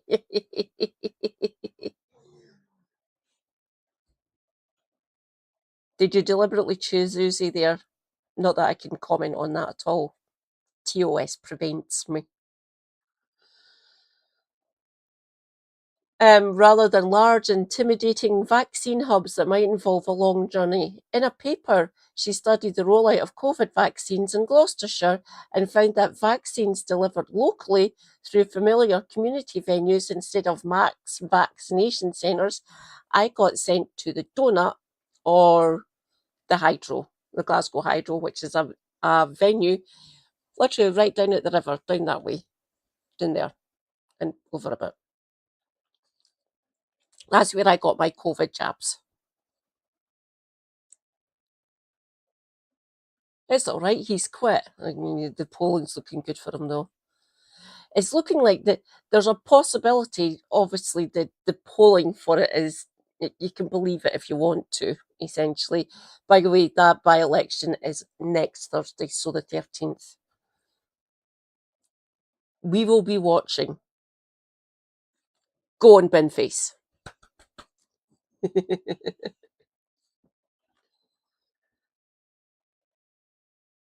Familiar community venues instead of max vaccination centres made access easier, more trusted. She says, if you put it in a Tesco car park, people will get it. Vote Binface. But some experts are sceptical. You know, while a scheme like Keithley's can help on the margins, they say at a national level, a much bigger answer is needed. Hungerford says that child poverty is a key driver of vaccine refusal. Parents who have to worry about bills often don't have the brain space to think about immunisations. He's got a point. Yeah. He went and got his in a community centre up in that direction. Oh, God.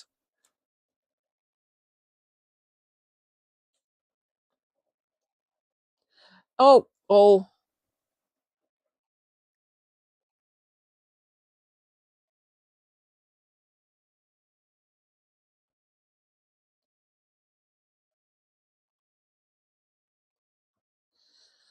I'm sorry, Omaha. Oh, I wouldn't have been able to approve it.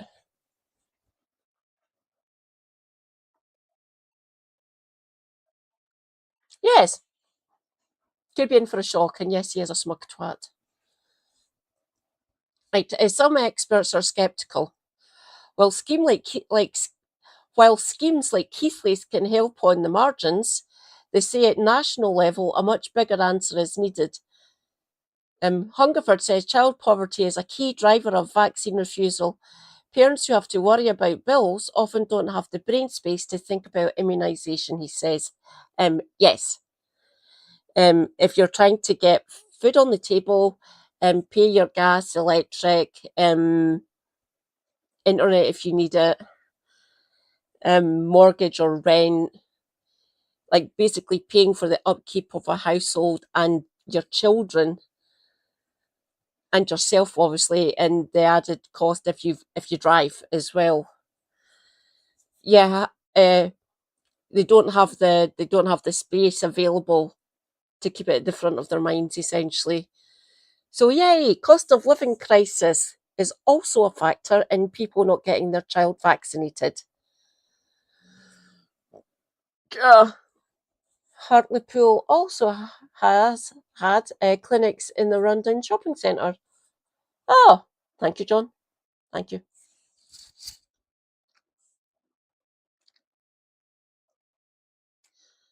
And some are pushing for more radical solutions. Labour MP Paulette Hamilton, she's an MP in Birmingham area. I can't remember quite where.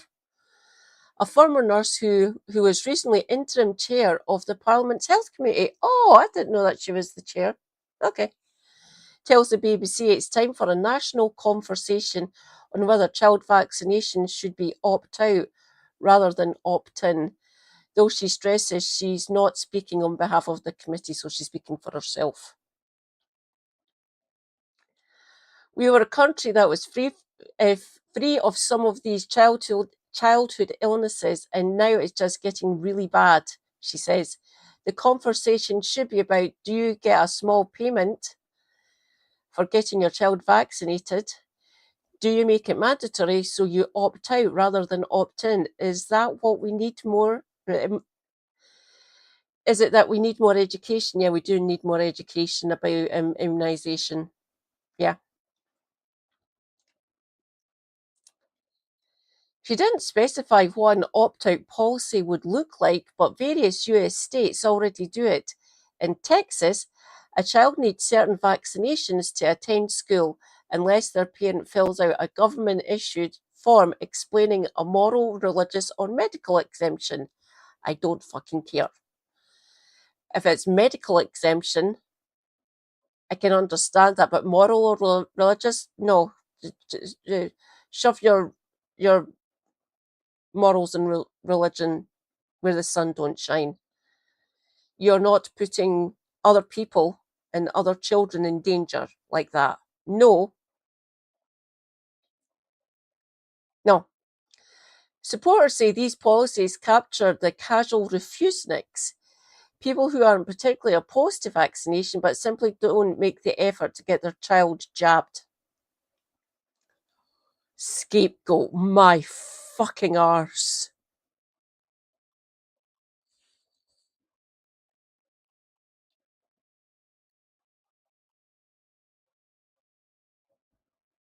Yeah, it doesn't help that Trump's vaccine expert is an anti-vaxxer. Yeah. Support Wakefield, get to fuck. My second year dissertation was about him and the effects of what he actually done.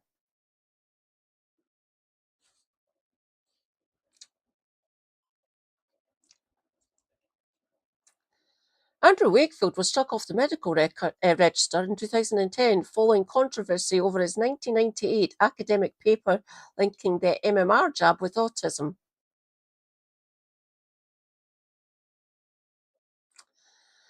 Other places go further. In Germany, parents can be fined if their children aren't jabbed against measles because it's a highly communicable fucking disease. Accidentally vaccinate them at school regardless.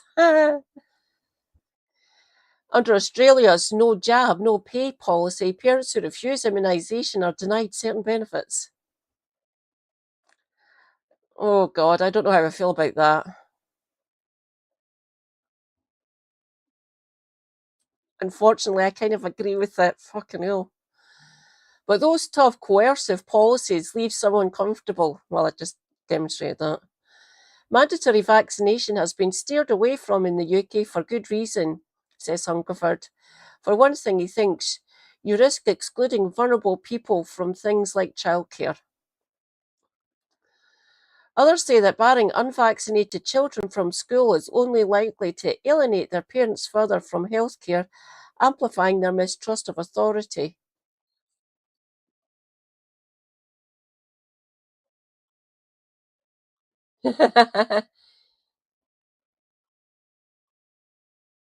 No pasaran indeed, Rosie. Stay hydrated. Self-care is good care.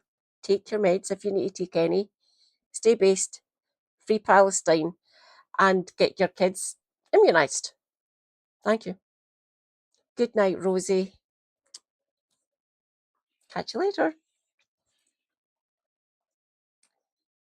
At the Keighley Shopping Centre, Bill Graham says he doesn't think a mandatory approach would work in his corner of Yorkshire. Fair enough. I think it destroys trust. Yeah. Healthcare in Britain is based on trust. Maybe the trust isn't quite where it was, again, 10, 15 years ago, but we're not going to build that up by mandating healthcare.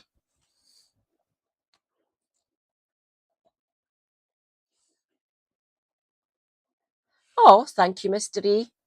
Same message, stay hydrated, self-care is good care, take your meds if you need to take any, stay based, free Palestine, and again, make sure you get your children vaccinated.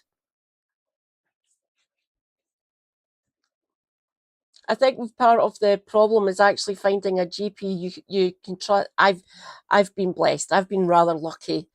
Other than a brief stint when I was living in Clydebank, I had a rather horrible GP. I didn't like him, and because he didn't like me, our first interaction wasn't that great. He's retired now. Do not worry. He was kind of he was the senior partner in the health centre that I was part of in Clydebank. He be retired now. He be gone. Thank fuck. You're a vax maxer. Rejoice, comrades. Jim speak. Hi, Jim. All that said, experts stress that there is still a degree of mystery about Britain's vaccination problem. You're trying to defund the fucking NHS. You're not funding it properly. Why do you think vaccination rates have went down? Clinics are oversubscribed. They have far too many patients. Build more fucking GP practices and build community vaccination hubs. It's not that fucking difficult. Some parents who refuse jabs simply won't say why. Oh, I'm not sure if I like that. Oh, will I say, fuck it, I'll say autoimmune diseases. I've got arthritis, issues with movement and always being low level sick, like always having a head cold, coughing, sneezing, things like that. He thought I was a drug addict. And I got rather upset at that accusation. I said that to him, I'm not a drug addict, thank you very much. If you'd bothered to read my files that got sent from Perth, I've got autoimmune diseases and I've got arthritis. That's why I look like this, and that's why I move like this. He said, no, you must be a drug addict. Look at your the last time you got bloods done last year before you moved down here.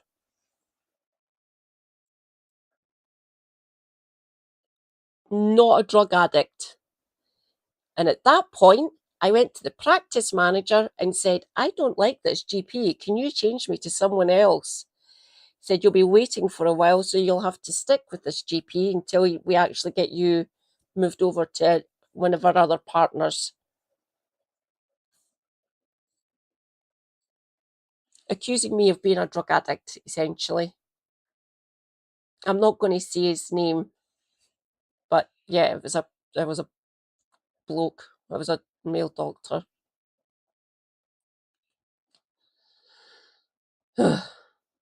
Some parents who refuse jabs simply won't say why, and they're the same groups, poor, lower levels of educational attainment, who are hard to reach via surveys.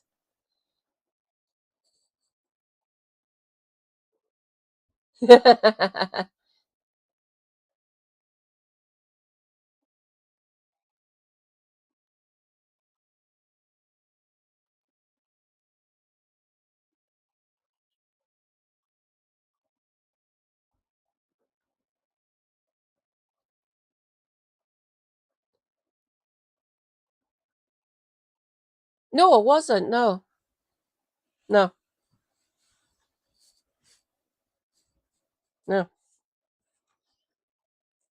And he dismissed a lot of my pleas to get referred to rheumatology as well. You'll be waiting on the list forever. Not according to my GP, who had just left up in Perth. She actually done an outreach to what was going to be my local rheumatology clinic when I was living in Clydebank. It said you might be waiting for like a couple of weeks to get an appointment, but you'll get on quick. And she gave me a letter when I moved down to Clydebank.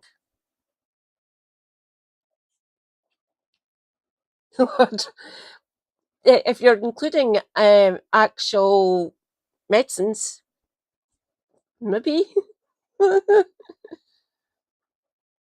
Yeah, you can be addicted to a lot of different things, not just narcotics, like illegal drugs. This becomes apparent towards the end of my morning at the clinic, where a couple in their 30s arrive to have their baby weighed. Hussein quickly notices that their 23-year-old hadn't had his recommended jabs and asks if they might consider it. The couple glance at each other and quietly shake their heads. What the? They don't give a reason. They turned down my request for an interview, the only parents who do so. Still, Hussein hopes their conversation might have planted a seed. I've sent her some information, giving them a platform to speak about their concerns can help. I'm not forcing, it's not us forcing it on anyone, it's a choice.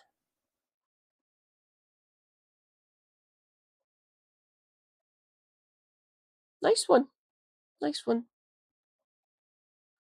The plague doctor will see you now.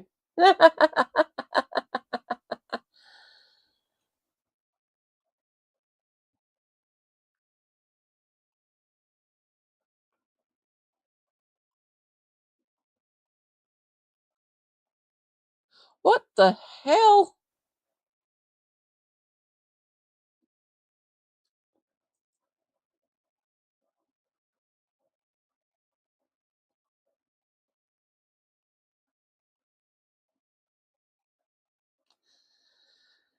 Hmm. Is there anything else in health?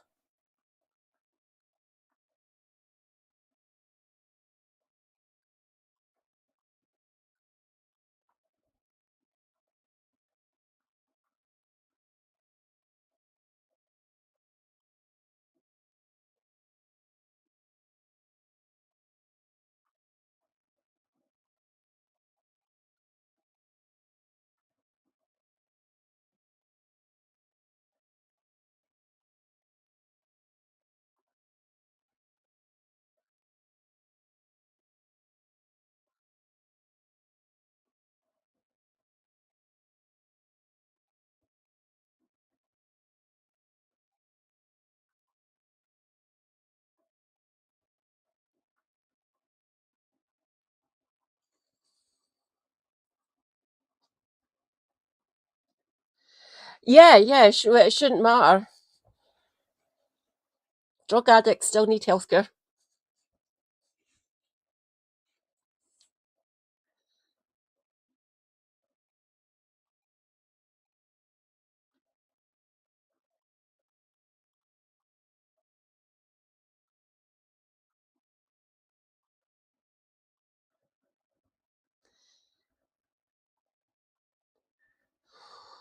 Ooh.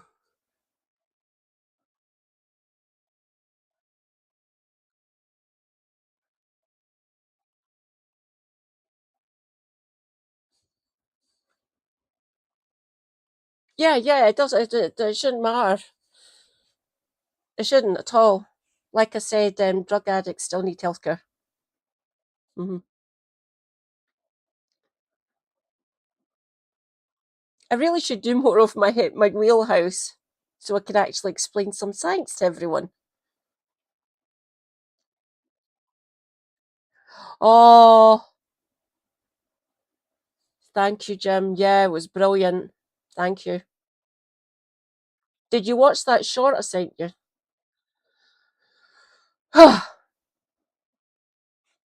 What does hot weather do to the body? Well, it makes me feel icky and knackered, like sweating. The luteal, right, so it. Do you want me to do that one? I actually read that one yesterday. I can do that one if you want.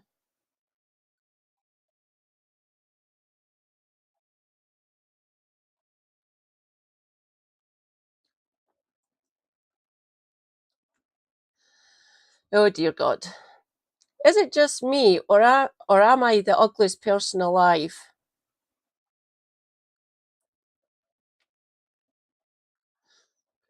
Please don't think that. A woman in her early 30s asked the camera on TikTok, accompanied by the caption, POV, girls in their luteal phase. Ugh. The video has 2.4 million views and hundreds of comments. This is literally me, one woman writes. I'm angry at how accurate this is, says another. There are thousands of videos like this one on social media lamenting the luteal uglies, the changes in appearance and mood that women say appear during the luteal phase of their menstrual cycle. So that's the later part. During this phase, which occurs in the second half of the woman's cycle and ends when she gets her period, women experience a huge drop in estrogen. So are the luteal uglies a real thing? No, I don't think so. Yeah.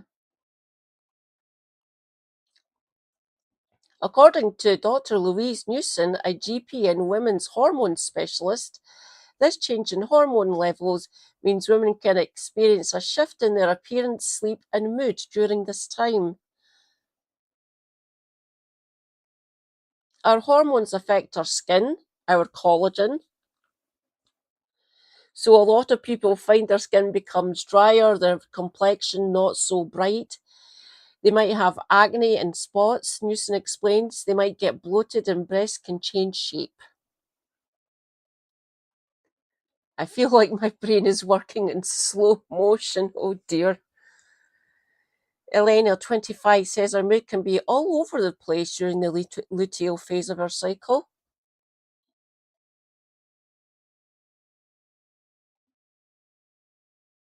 Yeah. Elena Spavin, 25, can relate to the TikTok videos and says she feels extremely bloated during the second half of her cycle. My skin feels dull and textured and just looks more tired in general, and my chest feels heavier and sore. I can't tell a difference. That's because when your estrogen falls in the days before your period, progesterone rises, ramping up oil production in your skin, explains Dr. Helen O'Neill, an associate professor in reproductive and molecular genetics at UCL. Hello, Dr. Helen. Elena, who works in hospitality and as an actress in London, says she feels lethargic and completely unmotivated during her luteal phase. I feel like my brain is working in slow motion. I tend to become clumsy and way more forgetful. She says, I don't want to socialize as much and I feel low. Understandable. Newson says that while women are starting to talk more about the impact of their cycles, many still do not know what to do about it. These women are generally suffering, and it's affecting their ability to work, function, socialize, and just exist. The response to women's concerns can also be frustrating, she adds. Yeah, misogyny exists. Would you say to a man, oh, your testosterone is down, just don't go to the gym, have a duvet day? It's unacceptable that women have to put up with it. Again, misogyny exists. Your relationships may also change during the luteal phase, Newson says, which is something freelance journalist Henrietta experiences.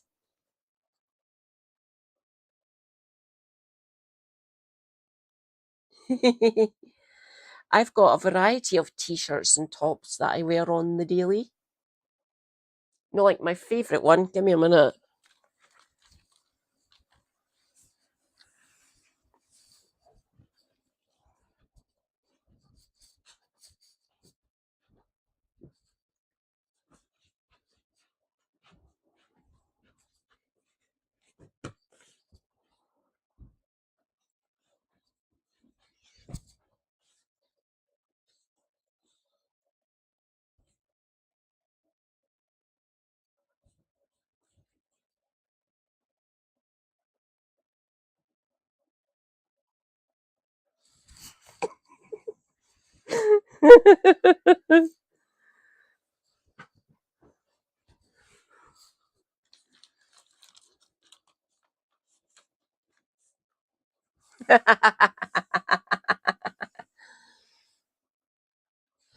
Yeah.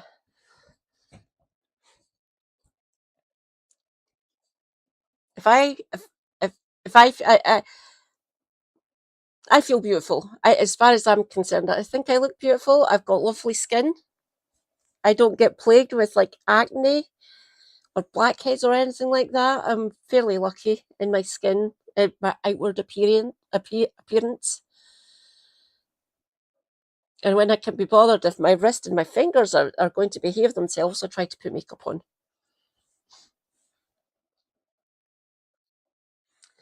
I find myself wanting to get irritated with my wonderful, hilarious, chilled out partner. There's an extremely high chance I haven't had my coffee, haven't eaten, or that I'm in my luteal phase, said the 30-year-old. It also affects her friendships. With my friends, I tend to either overshare or regret it, or isolate myself from them and regret it.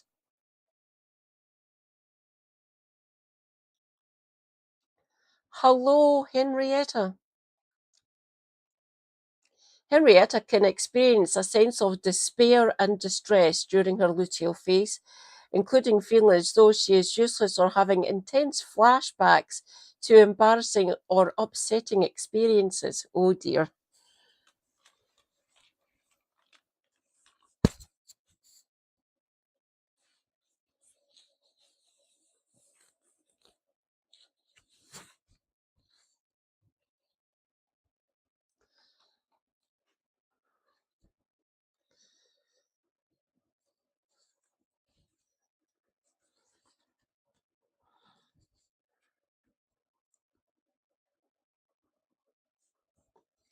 Her symptoms, which include blurry vision, struggling to recall basic words in conversation, and feeling unfocused, can be embarrassing to deal with at work, she says.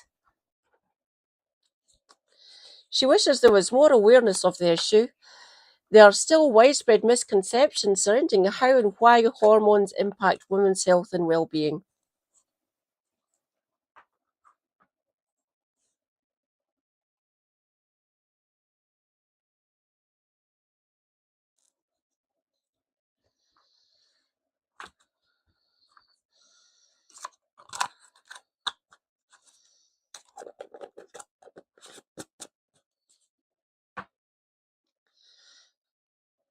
When her period arrives, she feels relief. Understandable. Newson says that the luteal phase is not something women can just snap out of.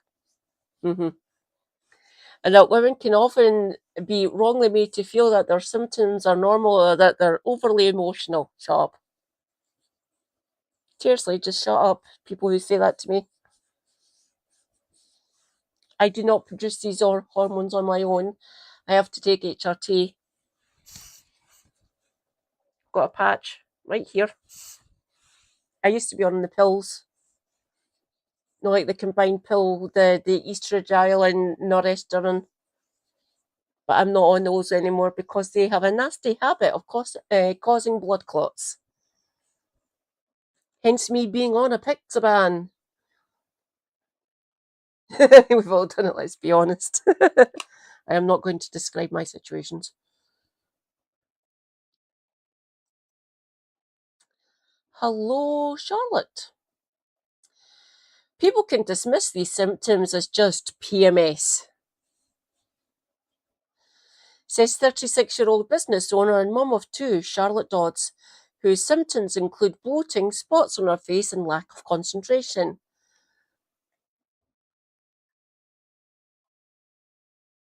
Oh, right. Ooh.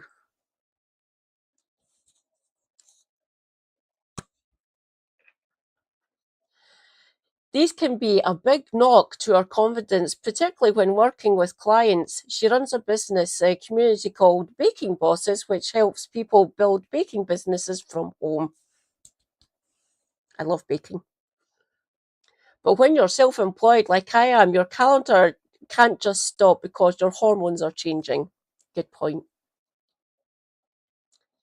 More education and discussion about menstrual cycles is needed, says Elena, who only learned about the luteal phase through social media at the age of 24.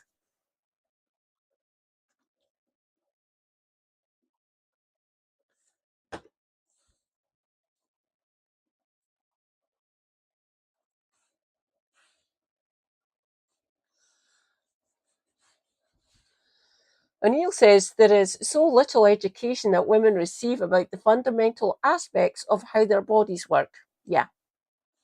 Again, more education is needed. Who'd have thunk it? So much of that, so much so that many women have turned to TikTok for help. Dear God, that is terrifying. Please just go to a doctor or a nurse, like your practice sister, like I do. In one video, which has 2.4 million views, a young woman asks, "Ladies, what do you do during your luteal phase to feel better? I honestly can't cope anymore." Oh dear God. There are thousands of comments, with one follower suggesting to wear baggy clothes and avoid the mirror. Another says, "Eat chocolate." Well, I eat chocolate anyway.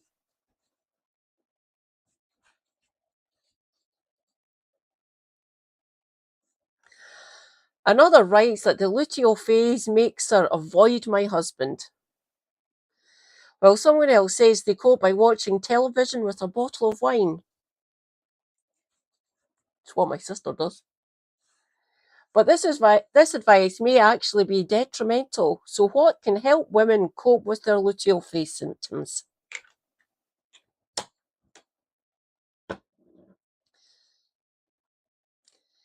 Understanding that it's a predictable temporary phase is important, says Dr. O'Neill.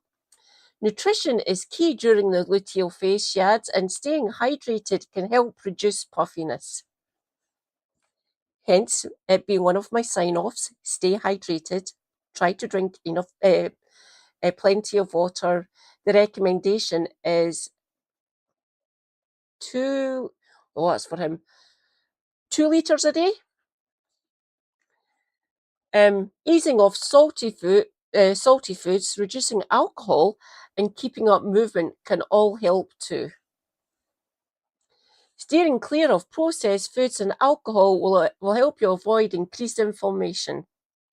You should see a health professional if you're particularly struggling during the luteal phase, Newson adds, encouraging women to advocate for themselves. Your lass. If people don't get what they think is acceptable in the first, second, third appointment, they should go and see someone else. These symptoms don't usually go on their own, she says.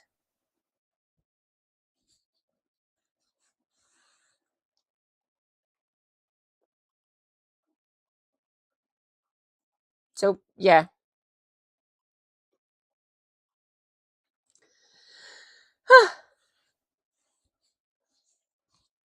You're lucky you've got me doing health tonight.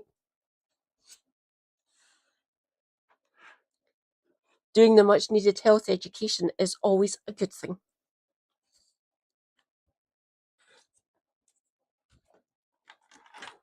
Ah, fuck. Damn it. You got there.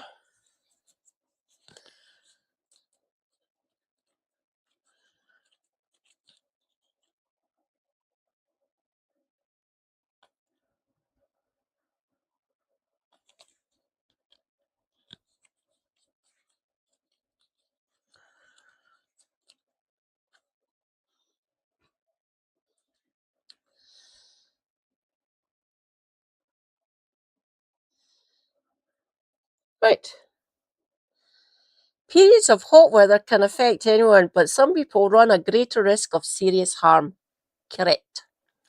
Experts recommend that those who may be more vulnerable, such as older people, babies, and younger children, should take extra precautions. What does extreme heat do to our bodies? A lot. As the body gets hotter, blood vessels open up. This lowers your blood pressure and makes your heart work harder to push the blood around the body. This process can cause mild symptoms such as itchy heat rash or swollen feet. How would I tell? I've got arthritis, my feet are always swollen. At the same time, sweating leads to a loss of fluids and salt. Crucially, the balance between them in the body changes. This, combined with lower blood pressure, can lead to heat exhaustion, basically passing out because it's too fucking hot and you're dehydrated.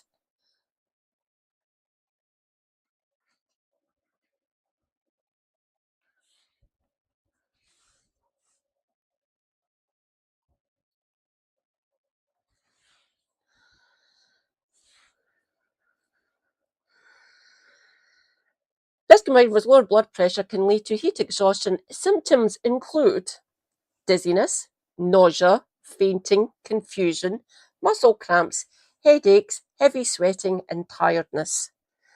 If blood pressure drops too far, the risk of heart attack rises.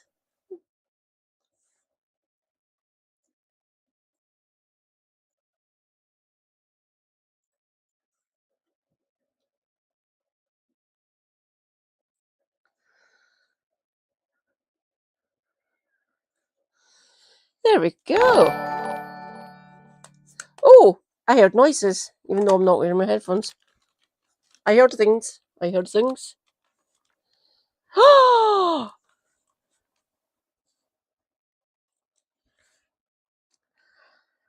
Kamera Daizu. Ah, hello, Gemma. Rejoice, comrades. Based Australian. Story Girl. Hi, Story Girl.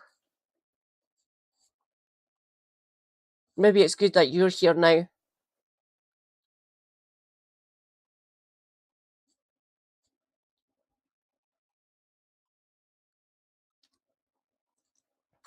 Ta-da! Why do bodies react this way to heat? Our bodies strive to keep a core temperature of about 37. Anywhere between 35 and 37 Celsius is good. That's the range that you want, whether we are in a snowstorm or a heat wave. That is the temperature at which our bodies have evolved to work. But as the weather gets hotter, it is harder for the body to keep its core temperature down. Hi, my dear. Hello, darling. Hello, hello.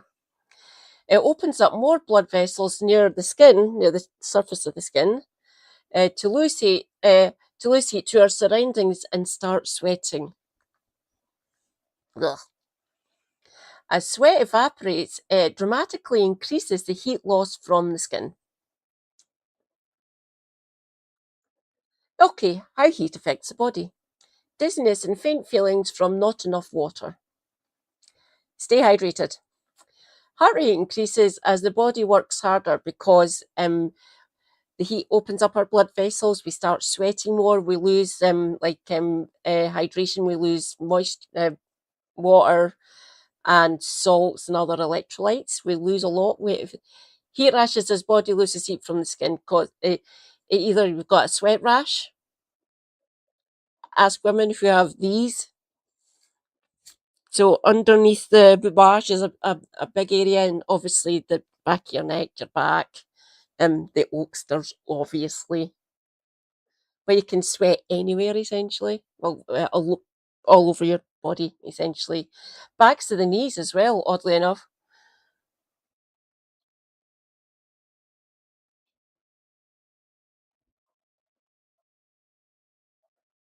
Yes.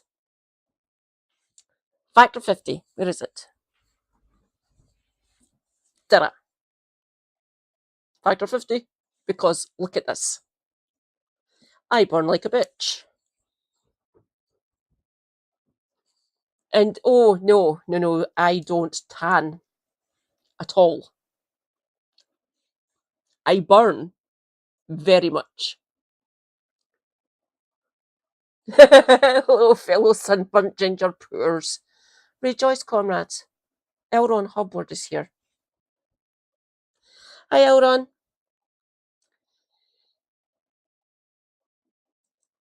Skin produces sweat.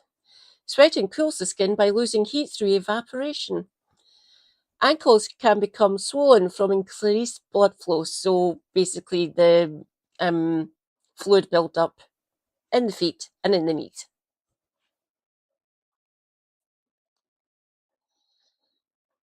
How can I stay safe in the heat? The UK Health Security Agency recommends looking out for those who may struggle to keep cool, such as older people, those with underlying conditions, and those who live alone. Staying cool indoors by closing curtains on rooms that face the sun. So the way this flat's positioned, we don't. So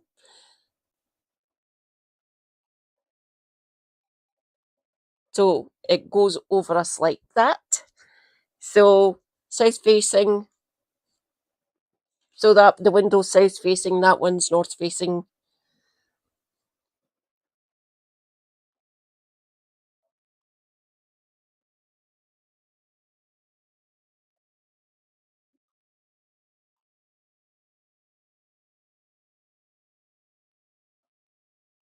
Ah, correct, my dear.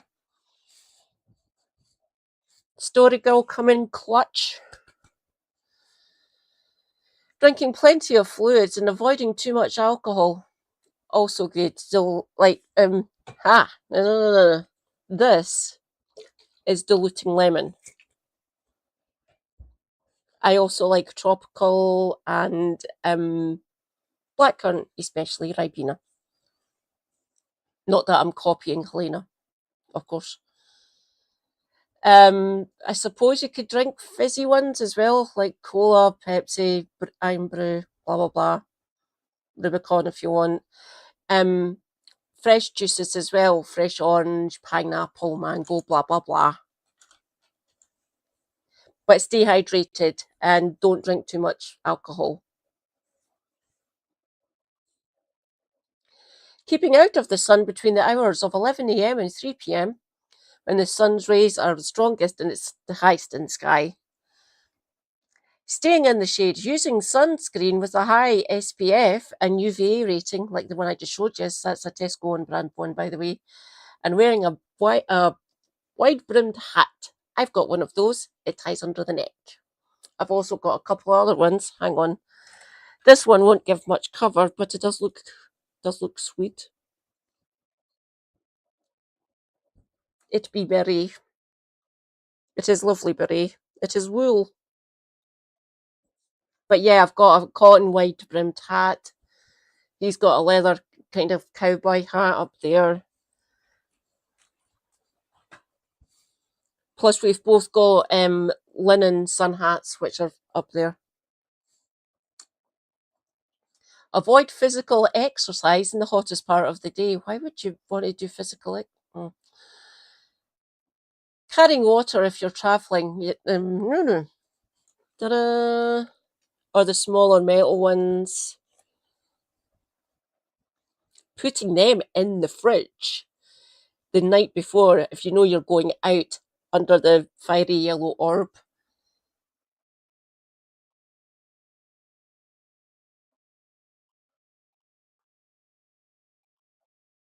Save it for the revolution. Anyone tempted to cool off in rivers and open water should consult local warning signs and consider any hidden dangers. No one, especially babies, young children, and animals, should ever be left in a locked vehicle. That is a metal box with windows in it which concentrates the fucking heat.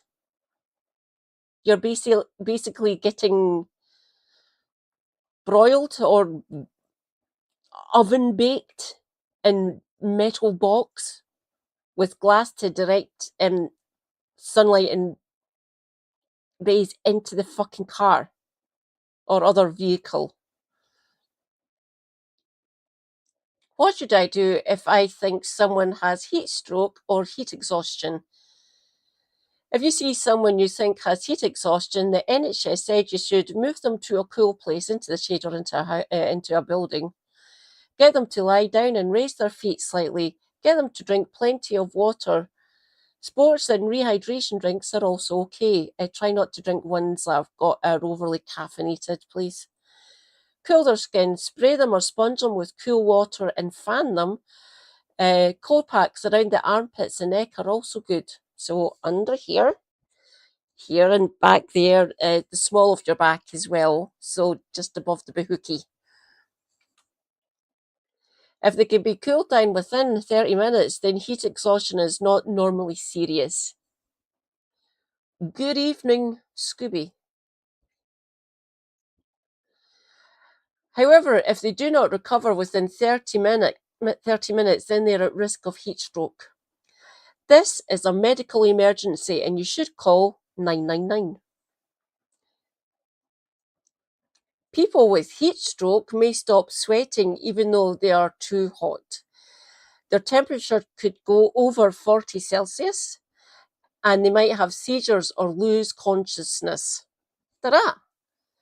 Feeling faint or dizzy, excessive sweating, clammy skin, nausea or vomiting, muscle cramps for heat exhaustion, heat stroke, feeling confused, not sweating, temperature over 40 Celsius, hot, dry skin, nausea or vomiting, may lose consciousness or experience convulsions or seizures.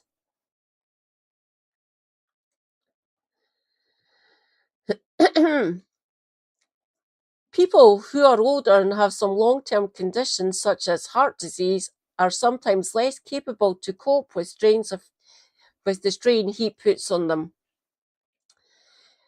Diabetes can make your body lose water more quickly, and some complications of the disease can alter blood vessels and the ability to sweat. Children and those who are less mobile may also be more vulnerable. Brain disease such as dementia can also leave people unaware of the heat or unable to do anything about it. Go away. Fuck off. People who are homeless will also be more exposed to the sun. Those living in top floor flats will also face higher temperatures.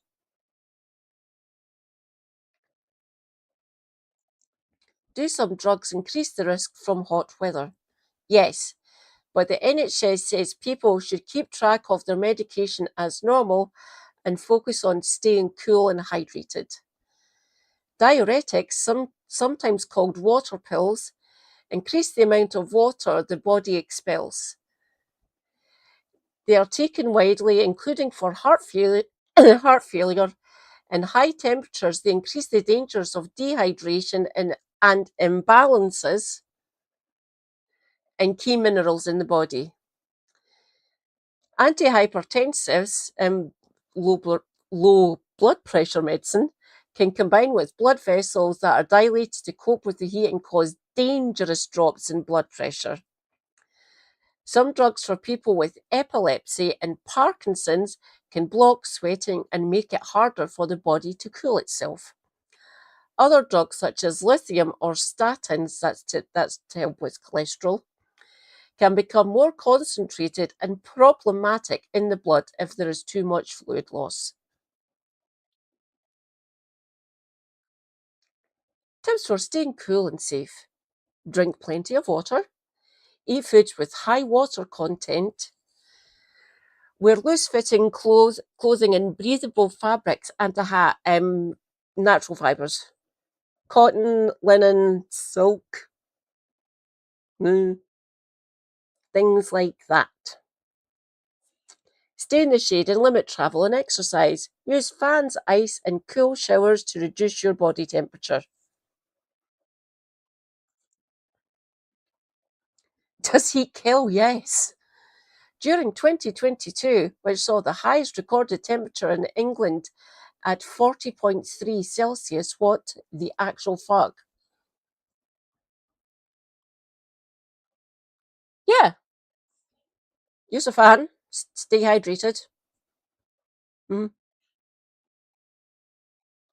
were an estimated 2,985 deaths, so-called excess deaths, as a result of the heat, the most recorded in any given year. Dear God.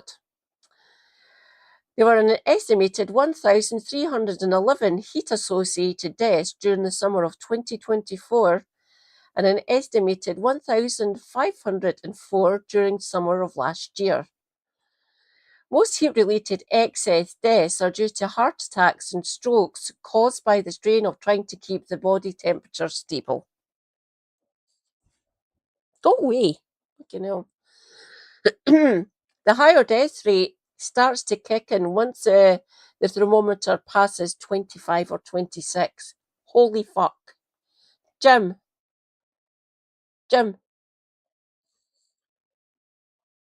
I'm currently stark bollocked. Good idea. Unfortunately, I can't do that when I'm streaming. It's not OnlyFans, unfortunately.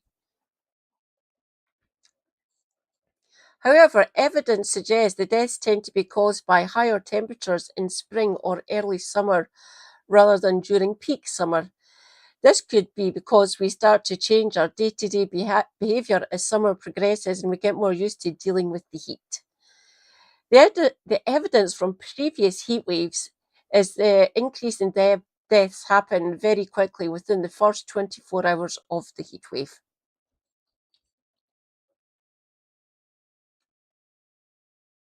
Yeah, I can see that viewpoint, Scooby. I can. How long have I been going for? Fucking hell, 2.5 hours.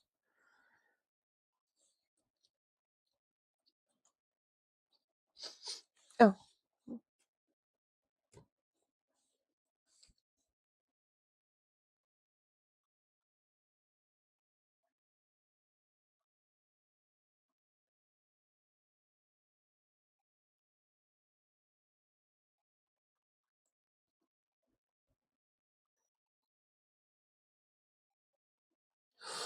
Ui.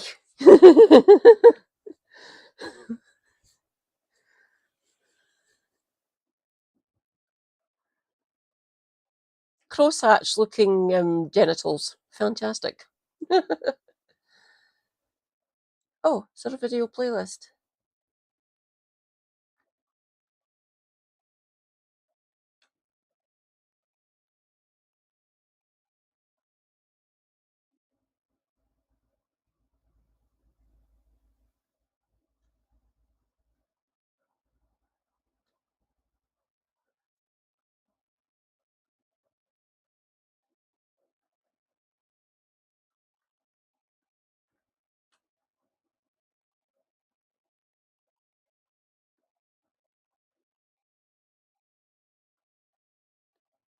Oh, I'll play that one. Can the Royal Navy be used to stop small boats of migrants crossing the Channel and take them straight back to France? That's what the Reform UK party are arguing today. The big question is, would it work? Reform say that their plan is legal because the United Nations Convention on the Law of the Sea says countries have a duty to help people at risk of being lost at sea. And it says that duty applies to migrants in dangerous small boats. But some experts in maritime law we've spoken to say it's not clear that this law would actually apply in the case of small boats. And they warn that it's not possible under international law to take migrants to another country without the agreement of that country. Reform say they would try to do a deal with the French government to allow this to happen, but if that weren't possible, it would go ahead regardless, though their plan doesn't spell out what would happen in this scenario and what action the Royal Navy might take. Although it's worth bearing in mind that there are still significant numbers of small boats crossing the Channel. The numbers of migrants who have arrived so far on them this year, around 14,500, is actually down quite a lot on the number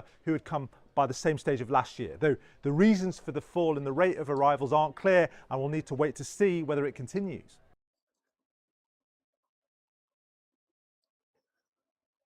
Yeah, they'll basically tell them to fuck off further, and if they do go ahead with their full plans, that's basically an invasion of France. Mind you, we've already done that before, but that was to kick out the fascists.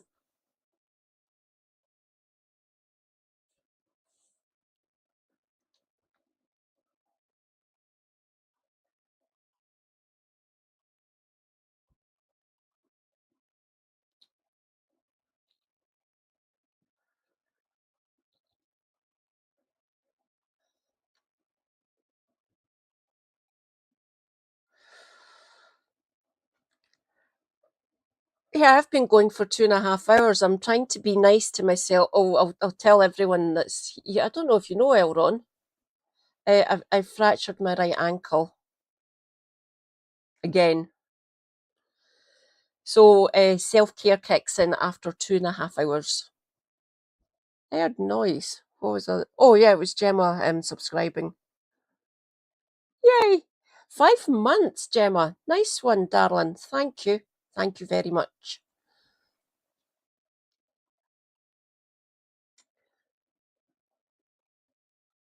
Oh, it's 26 minutes before the ads.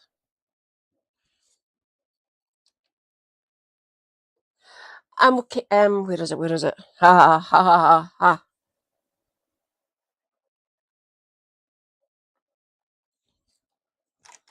I am using that on the ankle and foot. It's still swollen to fuck, but that's coping. That seems to be helping me quite well. Plus, I'm using support, so I had to take this one off because I was sweating quite badly. So this is right. Where's the other one? Medium. Too small. Ah, large, large, large. I've got it inside out to let it air. This is synthetic fibers. This is man-made fibers, but it gives me really good support. That's it. That's feeling better actually. So like salt and other stuff that comes out crystallizes on the inside of this, and my foot starts to get itchy. So I have to take it off after like 3 or 4 hours. And I've had it off for 2.5 now, nearly 3. So I should be able to put it back on during the day tomorrow, later on. I can go back on the radiator there.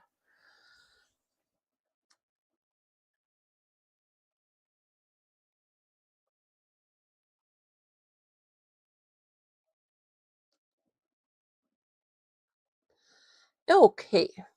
Yeah, I think I'll read out actually, everyone.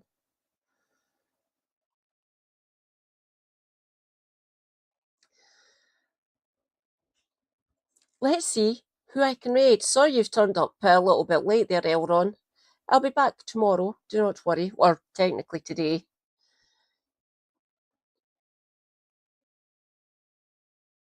I twisted a ankle trying to river dance to thrash metal once. Be careful, yeah. Well, we're all young once, aren't we? We all go to like heavy metal. Well, some of us do heavy metal and rock gigs. No, like the damage that I've done to myself when I've went to a gig before and to the cat house. Yay! Oh, open lobby, soup, cult of eyes, Ray. Let's see. Hang on, I'll just expand this a second. Give me a minute, everyone. Red going. Do I have red?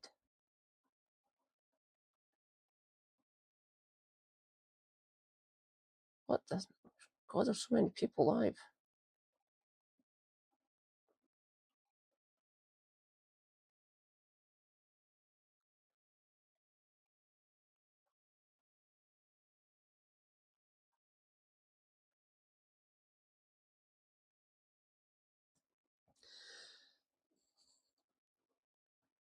Oh, don't worry, Davinia. You're welcome. Yes, let's go to 30s or Shanna. Let's go to Shanna. Let's go and say hello to the supermod. Because obviously, supermod. Where is my supermod? Supermod.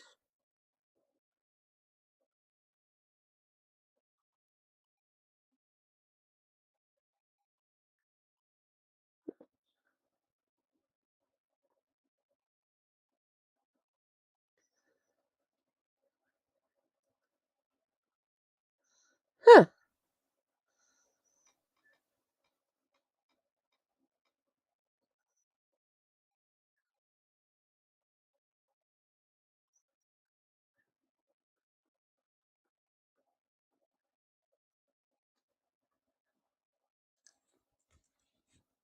Stay hydrated. Self-care is good care. Take your meds if you need to take any. Stay based. Free Palestine, and be careful out there. Try to take. I would hope all of my advice, but some of my advice, especially stay hydrated and wear sunscreen if you're going out under fiery yellow orb.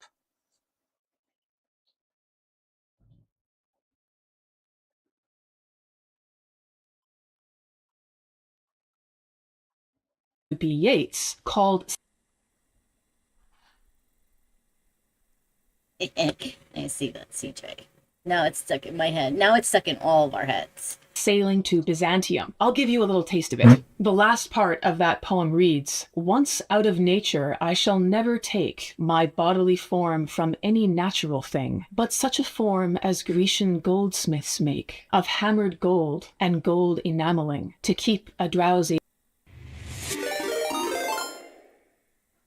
Madcat79 Skoshi just traded with 3 viewers.